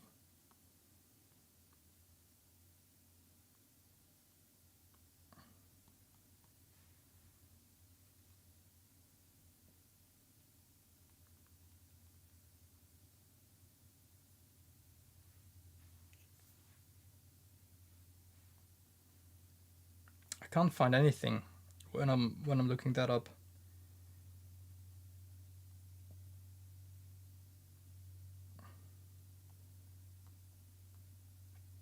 No.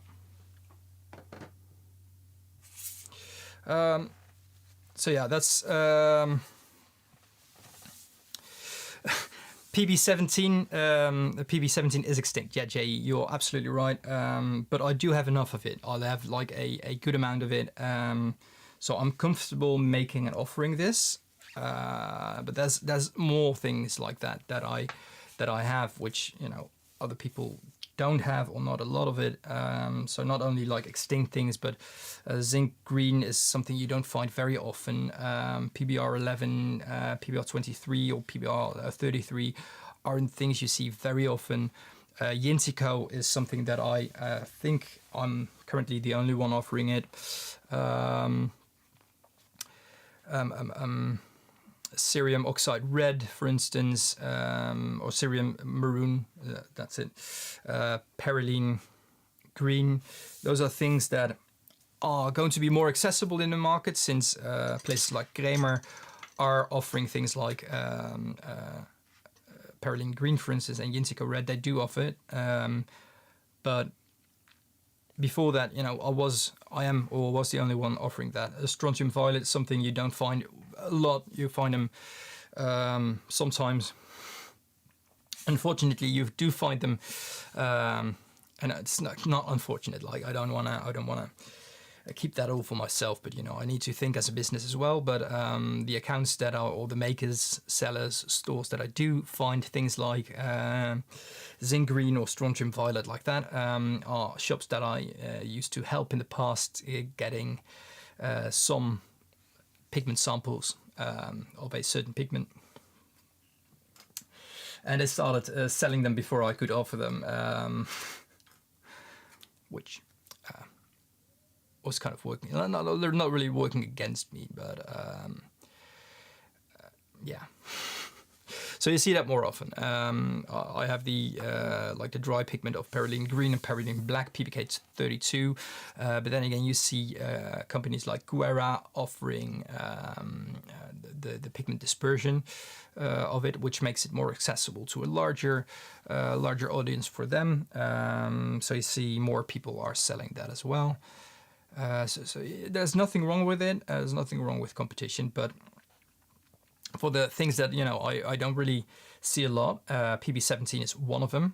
I don't go share the stuff anymore, just because in the past it's been used kind of against me or directly for the competition.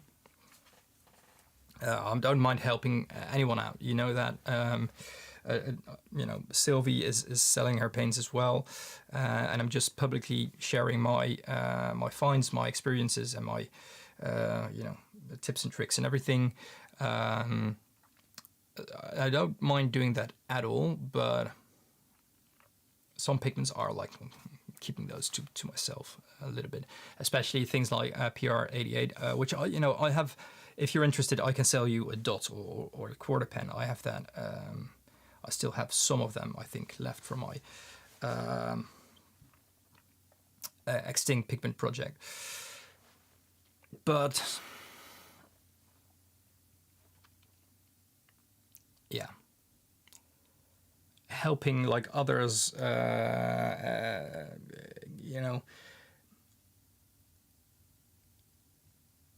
small businesses of people that are a little bit younger than I am, who don't have kids yet, or don't have kids at all. Like, not yet that everyone will get kids, but don't have kids, and just can work whenever they want, without that addition to your daily schedule. They can produce a lot quicker and more efficiently than I can. And it's not an excuse at all. It's just me being realistic. It takes a lot of your time, and that's a choice. So yeah, it's not a bad thing as well. But keeping that in mind, I also need to be aware that some people are going to beat me to it when certain pigments come to the market or something like that. So when it came to the cerium pigments, PR75 or Yintico, or the Moss Sit, for instance. Moss Sit isn't a pigment I'm selling, actively selling. If you're interested, I can always kind of make you a dot. I think it's going to be quite expensive, so I think it's going to be dots. So I'm happy to make those as custom orders.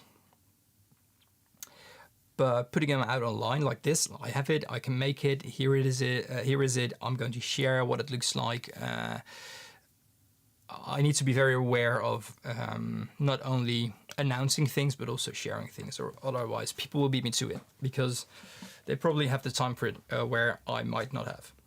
So that's just a very realistic look on how I also need to manage my pigment distribution. Paints like that, the extinct ones, I'm really actively thinking about looking for options to offer those in a limited edition, small quantities, limited editions, as an exclusive something. So yeah, there's that. If there's any more questions, please ask away. That's the wrong one. I wanted to have this one. Ask away. I see some people are kind of leaving already. Is it lunchtime? It's almost lunchtime. I'm going to make a cup of coffee. But in the meantime, if you have questions, feel free to ask him. Yeah, and Gulshan, you are very right about that. Maybe only announce it when it's close to launch, or when you actually have it. Yeah, so that's something.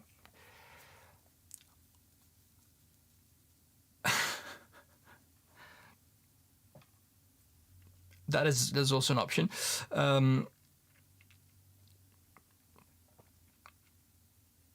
That's something I've learned, Gulchan. I need to only announce things or really share a lot about something when I can actually offer it, or offer it in a time frame, in a set time frame. But you know, there's things that I just love to share as well, and there's some information that I have about some pigment manufacturing things. Let me just keep it vague, that I'm not sharing right now. I'm actively not sharing. I'm deliberately not sharing, and I've had the urge to really share it for a while now. And I found out, I think 3 weeks ago, about at least one pigment that stopped production, and I haven't heard anyone about it.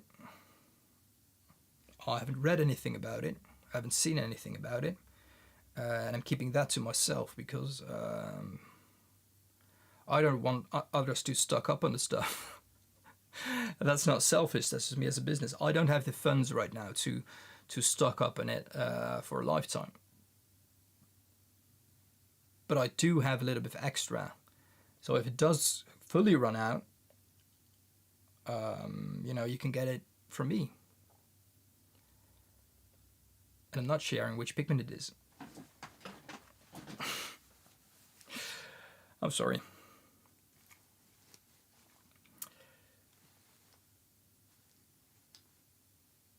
Yeah, basically. I'm going to make another cup of coffee, and so if you have any questions, feel free to ask away. I can put you on hold with a little bit of waiting music, or you can just keep my screen on. But you'll hear my coffee machine, but I don't think you mind. Hopefully you don't mind.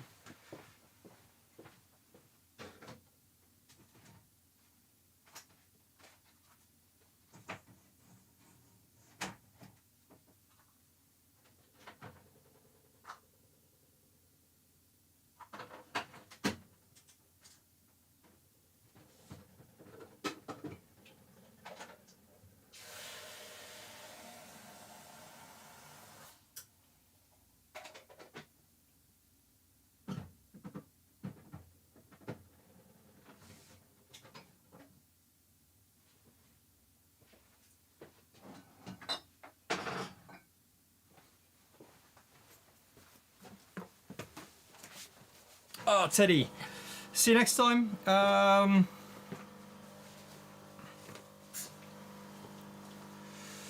Yeah, golden shares is very transparent about that. So that's always good. I have found about a few of them. Let me just have a look. If there's any updated news on that.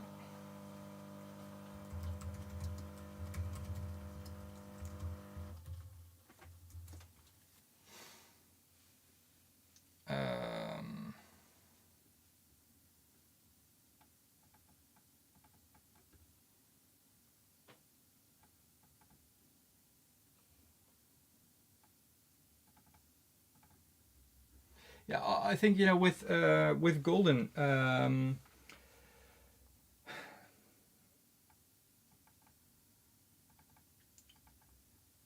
they have like naphthalite maroon. What they share about that on their websites, they literally share the recipe of remaking it. 11 parts of quinacridone violet, 12 parts of quinacridone burnt orange, which is also discontinued now, by the way, and 2 parts of dioxazine violet. You know, that's very valuable information that they. Let me have a look on their latest, or at least the latest thing that I can see. PR 102, which is just natural red ochre. PR 206, we know about that. PR 48, PR 207, PY 40, PV 15, which is weird. PV 59, which isn't weird. PV 14 is a great replacement for that. Lizard Crimson, we've known about that as well.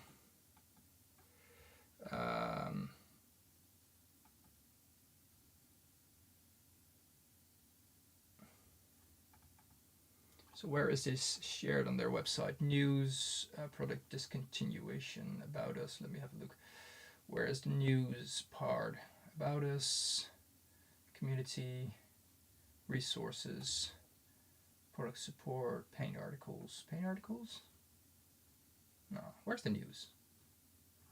Where is the news on their website?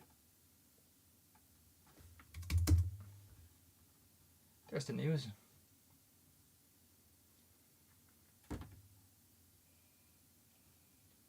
Oh.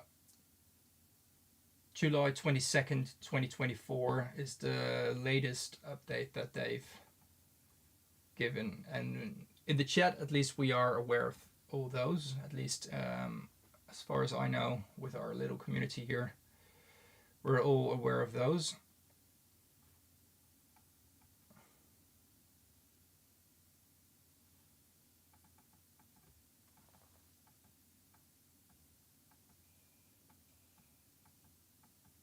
No, PB17 as a pigment isn't discontinued. Yeah, that's it. PR259 ultramarine pink is, so that's like the next step in the thanks, Cool Chen. You are like a hero in my live stream. You know, reminding me of coffee or dots or anything like that.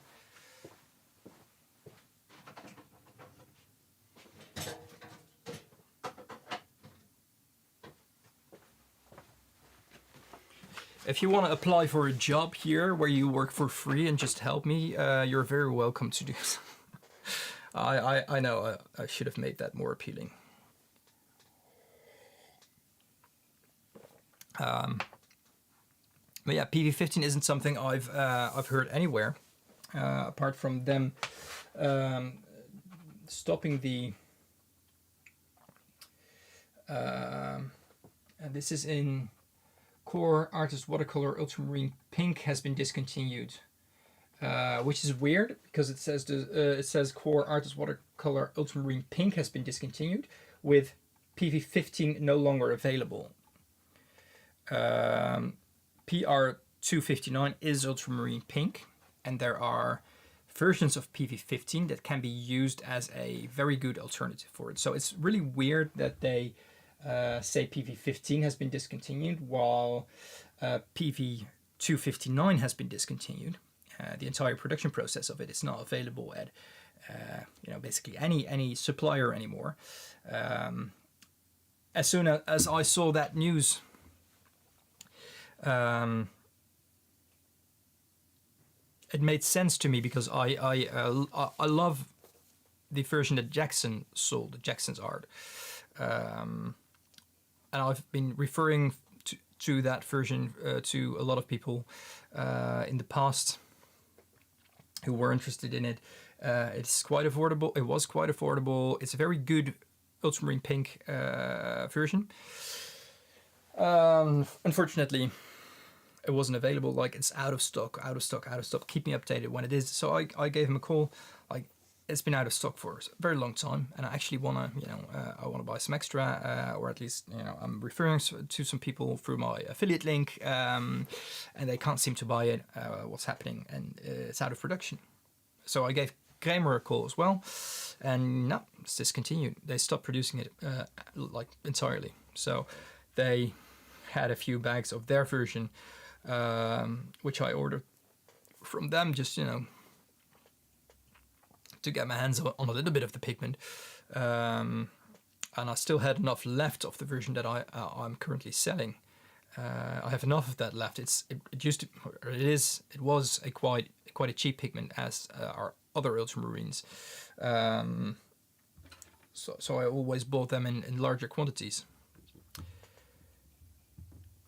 But now it's gone. So yeah, I can't get any more either. Maybe there's places that still have some old stock in the store, as you see with other pigments that are discontinued. But as far as buying freshly made PR259 as a pigment,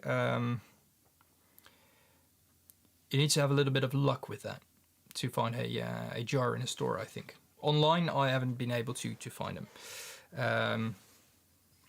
Or I have, by the way, but then I'm getting picky. I've seen versions of PR259 that are less pink than some PB15s. And for an ultramarine pink, I want it to be pink. So I'll rather buy a replacement PV15 than I would buy leftover PR259s that are less pink than the one I offer right now, and less pink than PV15s I can actually get. As a painter, as an end user, as a customer of mine, you wouldn't notice the difference between a PV15 and a PR259 in the same shade. I will be very transparent when I switch to them though, when I use PV15, but you wouldn't notice a difference when it comes to granulation or how they mix or how they re-wet or how they act on paper. It's all an ultramarine pigment. I offer them as well. Hey, I'm a company. Let's have a look at their version.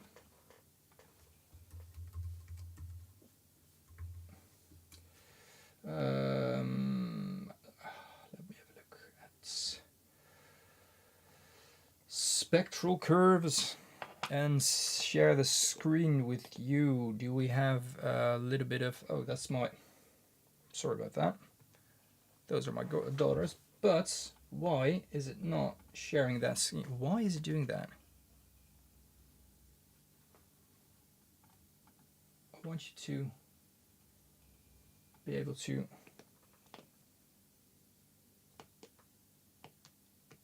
that is weird. It does share it, like it does share the proper version here, not here. This is frustrating. Okay, I'm just going to do it like this. This is weird. It's all overcooked blue. Yeah, basically. This is very weird. I'm going to fix this. Roman small. That's the one.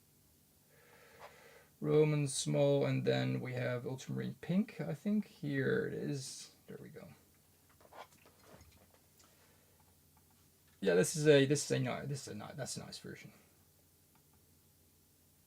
PR259. Let's have a look what is on the market at the moment. PR259.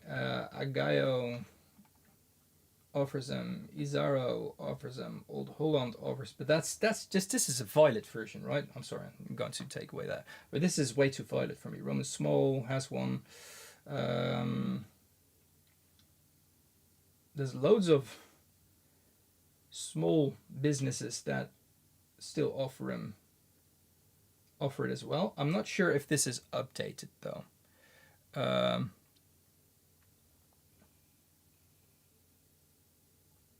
To be honest, I mean, I can update it the 6th of January. 6th of January. Aquarelle de Provence, Valérie. That's last year, September. So that's, she might have them still. De la Magna, I think they ran out of it. Dirty Blue, hey, that's me. I haven't run out of it. Kramer has it maybe as a watercolor still. Yeah, they do have it, but not as a pigment. So we can have a look at pigments. Where did they sell the pigment? Color Rare. You is selling it, but as a less transparent version. Let me get the microphone a little bit closer. Jackson's stopped selling it. Kramer, this was basically the same kind of version, which I really loved. Cornelis, that's way too purple for me. C. Robertson also stopped it. L'Artisan, Bastelier, I don't know if they still sell it. Ocre de France, Not sure about that. Sinopia doesn't sell it anymore as far as I knew. Zeki, I think that was a little bit too violet as well. So yeah, there's that. These two versions are like when we look at the paints, I think Roman Smalls is closest. Oh, sorry. What am I doing? Dry pigment, yeah, and watercolor. There we go. Roman Small, I think, is closest to what we see here. This is too light for my liking. This is too purple. And I think Agayo, that's a little bit on the reddish side, which isn't a bad thing. So yeah. So JE, is the Izaro version, is it that light? I mean, I really trust Tamas with his swatches on the website, by the way. So, yeah.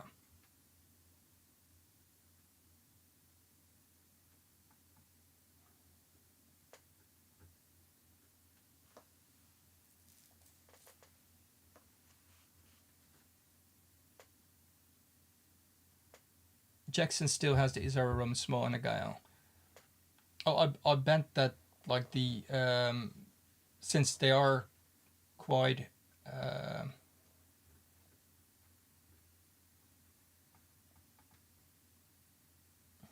Caran d'Ache also stopped the manufacturing of pencils with it because there are just, you know, definitely bigger bigger businesses than I am. I think their supply is enough, at least, to be able to still sell it. But, you know, as far as the pigment goes, the supply that is still there in the shops, that's the last bit of it, which really is a shame. I have to say, though, and as I'm not talking about anyone specifically on here, might be, but I know of some people that I have had contact with in the past. They bought ultramarine pink as a pigment and automatically labeled it as PR259. And there's at least 3 people that I know of that have done that or are still doing it. Like I said, it was in the past, the communication I had about that. And when I asked them to check, you know, the safety sheet or any like information that is given to the by the supplier, it turned out to be PB17. So ultramarine pink, like I said, as an end user, as an artist, as the consumer, you wouldn't notice the difference. But ultramarine pink is not equal to PR259, which is okay, but that's just a bit of confusement. I think that's going on sometimes. Yeah, but that's the same thing. At least that's like a step further, obviously, as what we've seen with branding something like, you know, genuine mineral pigment, and just, you know, using a little bit of mineral pigment and then enhancing the pigment with another pigment. And selling it as especially selling it as genuine is a little bit is bad, in my opinion. But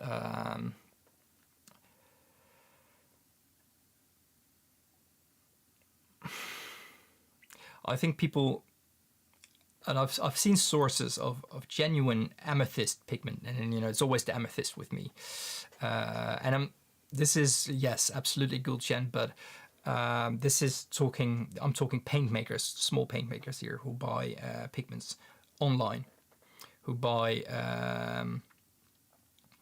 a pigment that just is labeled as genuine amethyst or amethyst mineral or something, not even genuine, amethyst mineral or mineral pigment color amethyst, things like that. Just vague kind of labeling, in my opinion, and then just copy the label and using it as genuine amethysts in the shop. No, Rick, hello. It's not Simpleton, no. Who, you know, don't get me there. If you check CH's Instagram, the new videos and the new product, it's making me angry.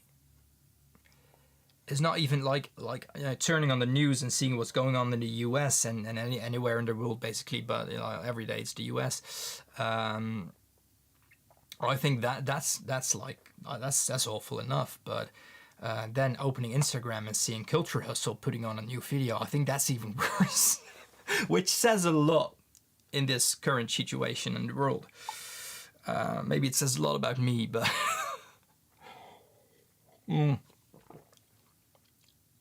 I got so like it started, blood started boiling when I saw that. I think the latest, I don't know if it is the latest, it's, but it's also the way they're selling it and promoting it, marketing it. It's not my cup of tea.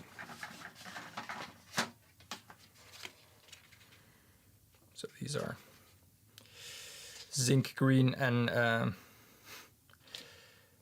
indigo. I can cut these out. Yeah, I can cut these out. I can use them for my swatches. Just keep on singing JE, then you know everything will work out. I don't know if it will work out for you, but for someone it will probably work out.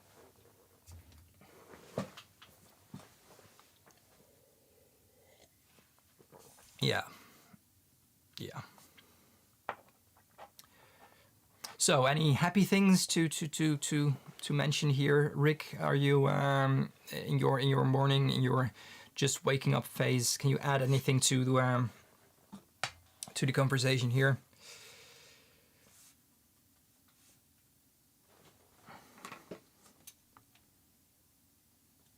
He's a bit too far. He's milking it. He's milking it so hard it turns into powder. It's like it's. Phew.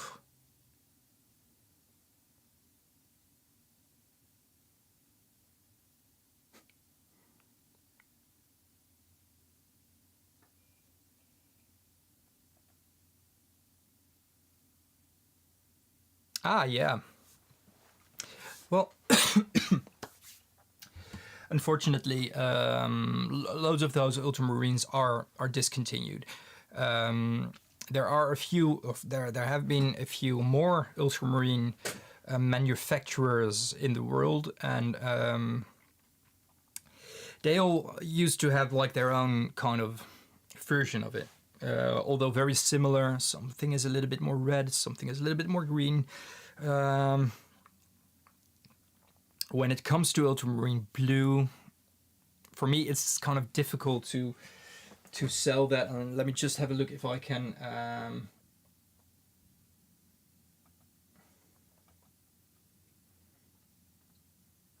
I can look that up online. Dry pigment. There we go. Oh, that's it. That's a good example. Let me quickly look. Let me quickly see if I can check if I can fix the screen sharing.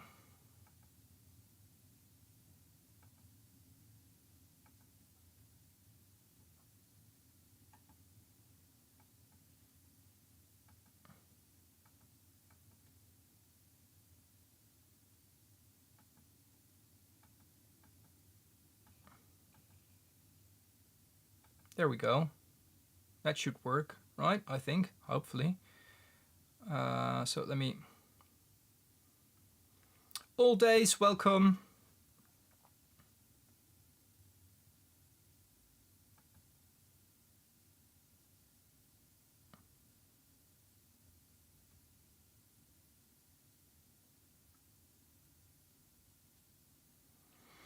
if I have any thoughts about that.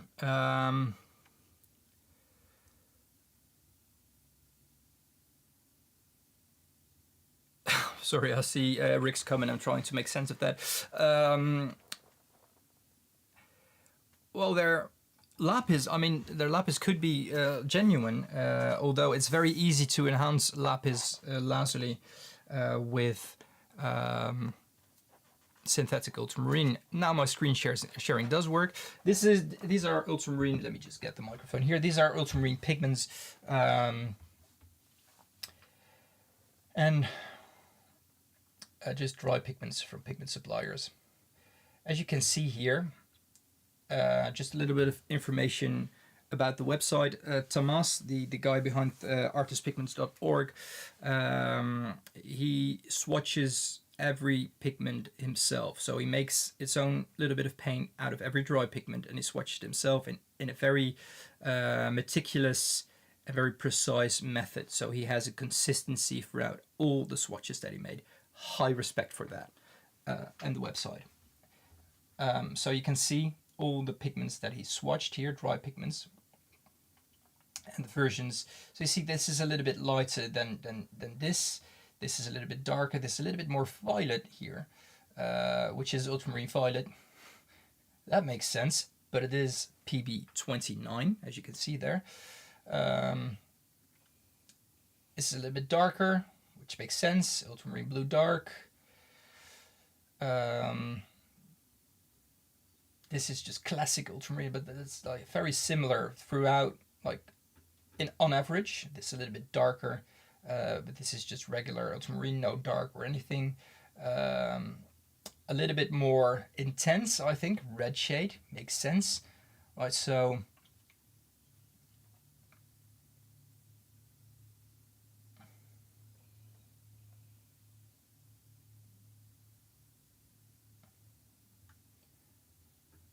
Looking at everything, those were the swatched versions, right? So a lot of ultramarines are offered as well. Ultramarine in general has a certain look and feel to it.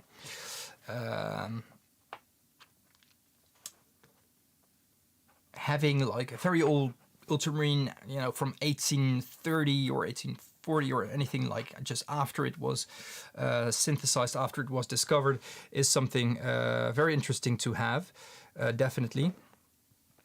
Let me just quickly reply to this. But I've done a little bit of research on ultramarine blues when I did my lapis research, and I compared some things as well as buying some extra things, buying a dispersion from Guerra, for instance. With that, I bought a powdered version of their oldest, more like the most original version of ultramarine as it was back in the day. It's marketed like that, right? R6 or something, because it is a few degrees more red than the other, and the marketing and the entire story behind it was a thing on itself. Did I notice a difference with my regular old ultramarine that I just buy in bulk for my own paint? I did not. I measured them with the spectrometer. Didn't really see a lot of difference there as well. Not more difference than I would see with between like a regular ultramarine and a ultramarine green shade, or a regular and a red shade, for instance. Like green and red, you see quite a difference. One is definitely a little bit more intense. You know, the red makes it a little bit more intense. One is a little bit more mild, I think you can put it like that. Yeah. Now, all days, I agree with you. I don't think all of them are fake, but I do think that them trying to get away with enhancing a pigment that much, or a color that much, with synthetic pigment makes me question if the rest isn't enhanced as well. Maybe not as much, but if that's their mindset, I really doubt that they will use like 100% pure mineral pigment in some of their paints, and just like 10% of even less in other percent of their paints. Yeah.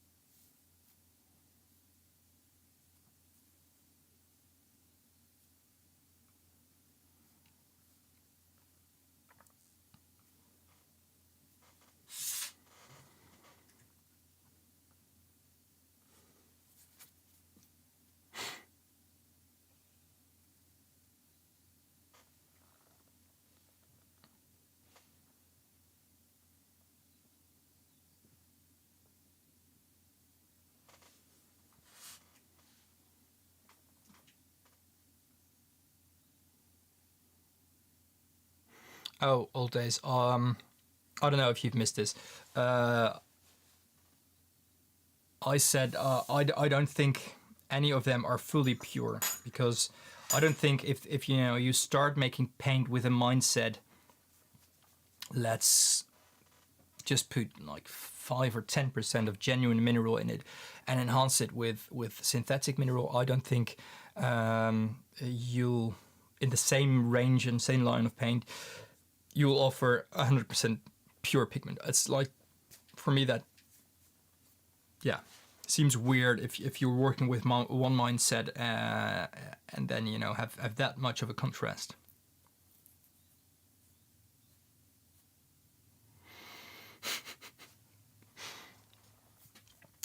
Or mixes with, I don't want toxic or fugitive colors, or mixes with 5 to 9 pigments, like some OH colors. Yeah. Yeah. Well, that's I think one more issue with some brands. I'm not naming big brands because there are small brands as well. The big brands label their pigments, right? And when you buy, for instance, I used to work with that when I just started. For instance, there is a emerald green here, emerald green light, which has 2 pigments, PG7 and PW18. So it is phthalo green with a lot of white, as you can see. I think it's too yellow for just those two. That's just, you know, me wondering about that. But there's also, let me have a look if I can find it.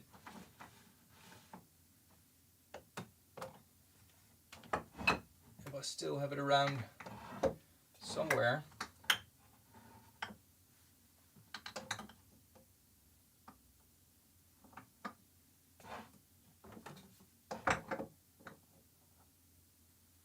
You have the emerald green deep, which is a PG7 with PY42 and PW18. So that's more, definitely less white, more green, and just yeah, I think a little bit of yellow. Weird that the live one doesn't have any yellow in it. I think that's the case with some blues as well. Let me have a look if I can find that one.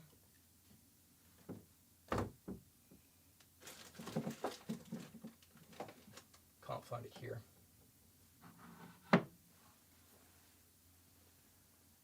You know, but this is definitely the case with this one. Is it this one? Or this is what's that? That's definitely the case with this green. this is labeled as these two pigments. There is one supplier that I know of that sells a similar shade of green as just PB17. And if you're just starting with paint and you're trying to be honest and you're trying to be transparent and you're just trying to communicate as well as you can about what you're using, you just trust what you're buying. And if you buy this and see PB17 and like I said, you're just starting and don't know a lot more about pigments, or you're just not into pigments that much but are into paint making, this is going to be sold as PB17. And if you are a little bit more aware of pigments, you know that this can't be PB17, not like only PB17.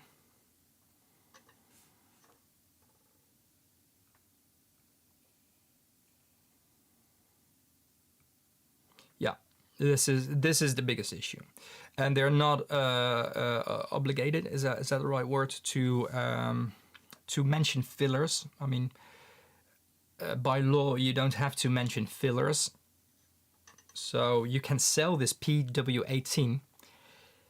Is considered to be a filler, so you don't need to have to mention PW18 with this, basically. But yeah, with that, it's definitely misleading.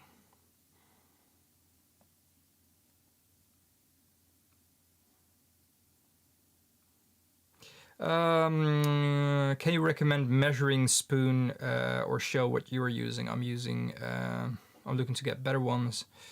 You're using plastic ones. I really prefer these. I like these, and these are just from AliExpress, I think. Stainless steel, maybe chromed stainless steel, I don't know. It's not chrome. I think these are just, these are stainless steel, quite heavy. And you can leave them in water because I have some very stubborn things. Sometimes I forget to clean them, and then this dries out. And it just can leave them in the water for days even, without them getting any oxidation or anything. It's not you know, falling off or anything. This is just solid without a chrome layer or anything around it, so you will definitely notice if it does have chrome on it. And I like these better than I do like these, just because you have some, especially when you're working with for instance, a smaller pigment bottle like this. It's very easy to get like a scoop out of the bottom because of the square corners instead of this, and it just fits in basically any bottle.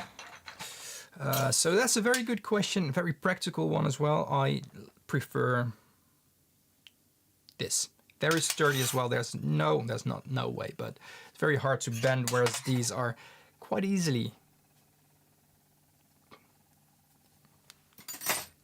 to bend, or quite easily bent. I bought them for very cheap when I started making paint, not thinking as practical as I just did my explanation. There's differences between square ones. Yes, I have more of them. This is longer. This is both, I think, a tablespoon. Yeah, this is both a tablespoon. So this is deeper. This is longer. This is deeper. Both kind of square. This is more square. I prefer this over this. Also because of that. This feels more flimsy, although it is very, like, I can't bend these very easily as well. But these just is the same like series as I showed the other ones. This just wins for me.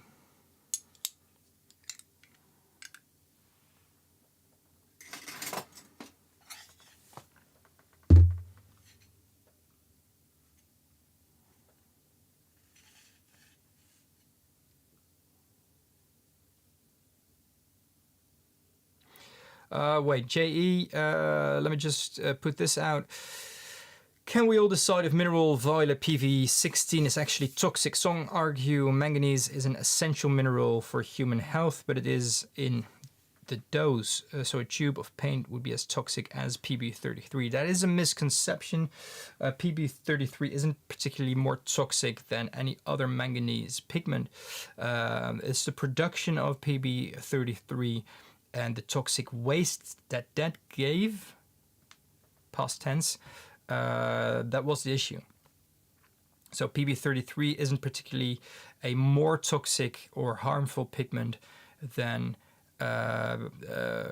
manganese violet, manganese brown, manganese black, or any manganese pigment that there are. You need to be careful with them either way. It's a heavy metal. Manganese is a heavy metal. Cadmium is a heavy metal. Cobalt is a heavy metal. Copper is all the pigments that contain salts or oxides like that. You need to be careful of. Like those are all in my toxic cupboard over there, behind a locked door with an alarm on it, so I know when it's opened.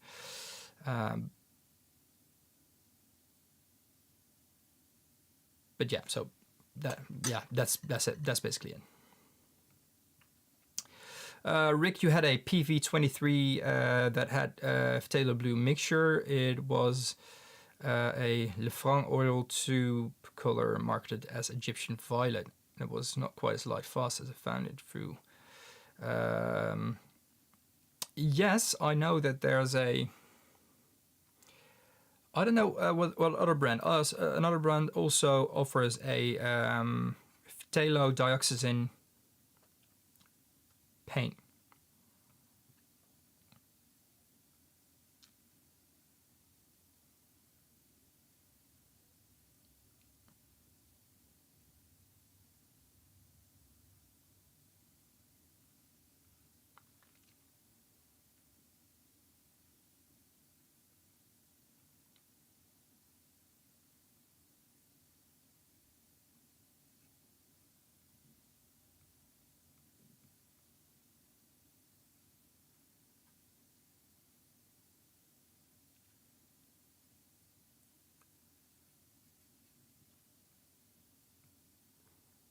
Yeah, that's the one. But I'm sorry, I didn't mean to highlight that.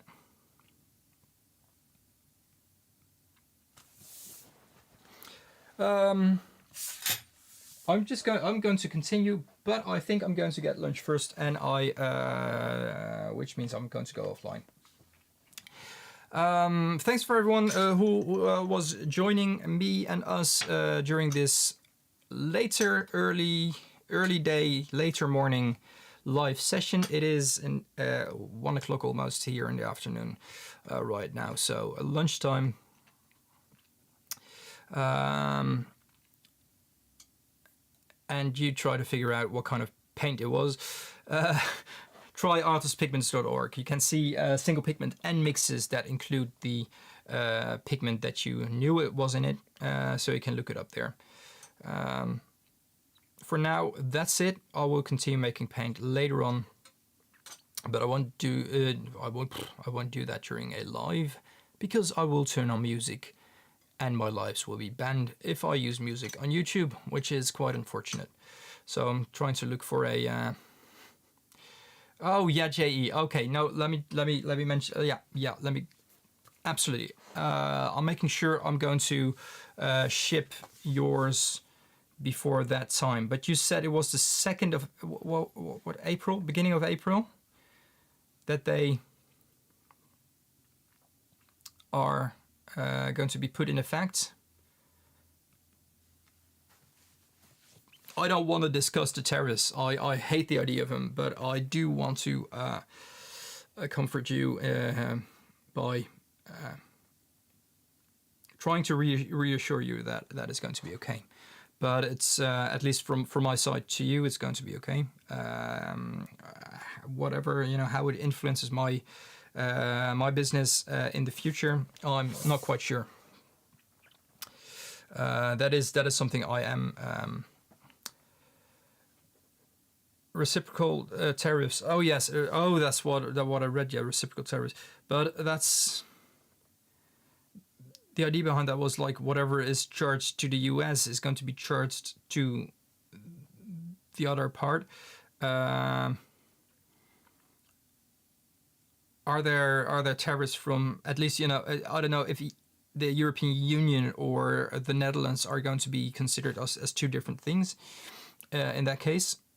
In that case, are there tariffs right now from our side to you? So that would be reciprocal. Because that is something I have no knowledge about. I don't know how the governments and everything that I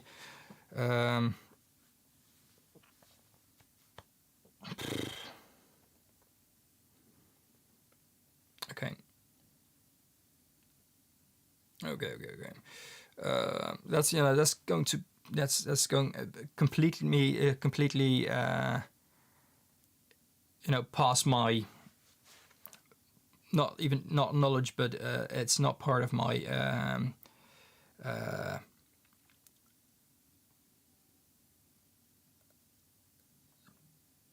part of the process, or part of the procedure that I have, like when it comes to financial things. A lot of it is done by Etsy to a lot of countries, and whatever isn't is mostly European Union related within the EU. So yeah.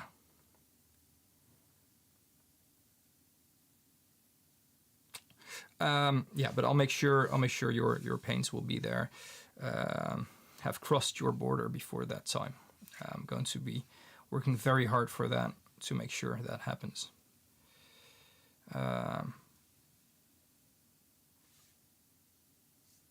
Yeah.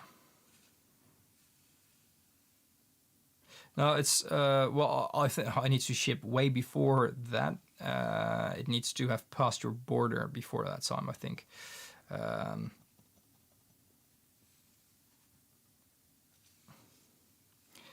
Rick, when you said you just woke up, I didn't realize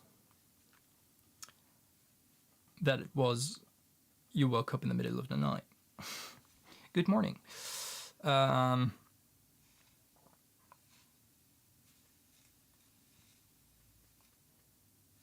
Yeah, but what you say, just commenting on Rick, both pigments should be permanent, but some fillers aren't, or some brighteners aren't, and I know for a fact that a lot of, I'm not saying all, but a lot of manufacturers use brighteners when PB23 dioxazine violet is used, just because it is too much of an intense pigment to use in its pure form. So when a brightener was used for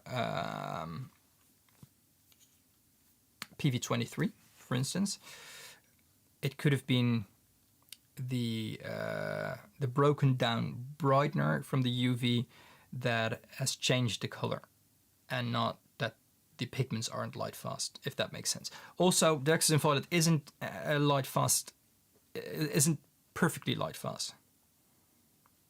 7 out of 8, like it's not 8/8. I'm still giving it 3 stars because 2 stars is not enough. If I would have given it like 10 stars, it would be an 8. If I would have given it like 5 stars, it could be like, it's higher than a 4. Like 4.5-ish, not 5.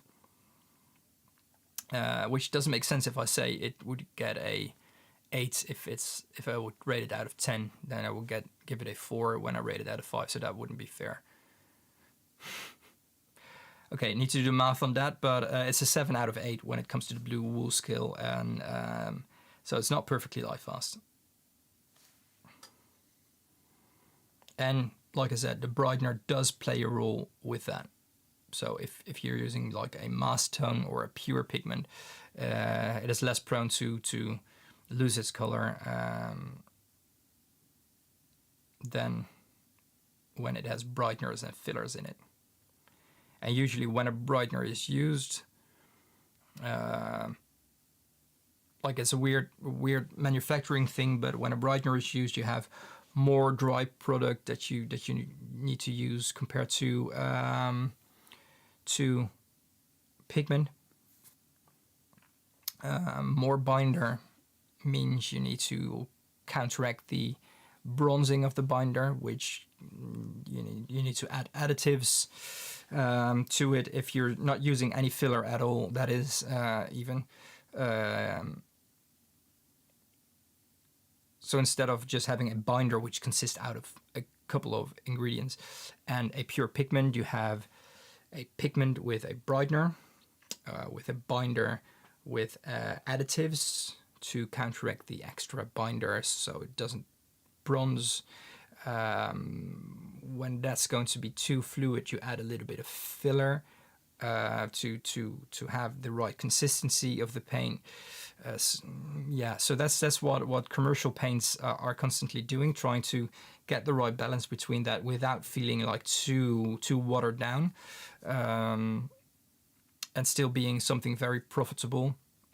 Also, why they can charge way less for good paint, good quality paint, than I can do, because I'm not using all that other stuff, which makes it more expensive for me to work with and more expensive for you to buy from me. So yeah, that's just breaking it down in a very simplified way.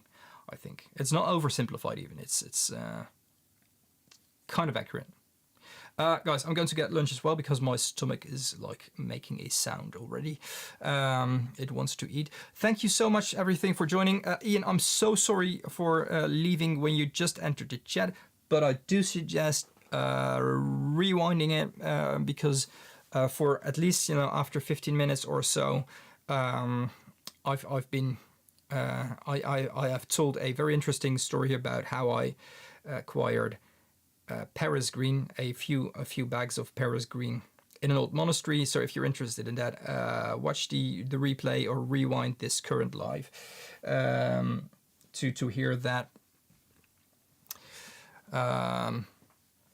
So yeah, optical brightener, yeah. Basically to counteract the drying shift that dark oxygen violet has terribly, because it's one of the worst drying shifts of any pigment out there. Thank you for joining, everyone. If you haven't already, please hit that like button and do whatever you can to help my channel if you want to, if you will. I'm going to get lunch and I'll be continue working later today, but I'll probably be back live on Wednesday. So if I won't be live before that time, I'll hopefully see everyone Wednesday. Thanks everyone and have a great day.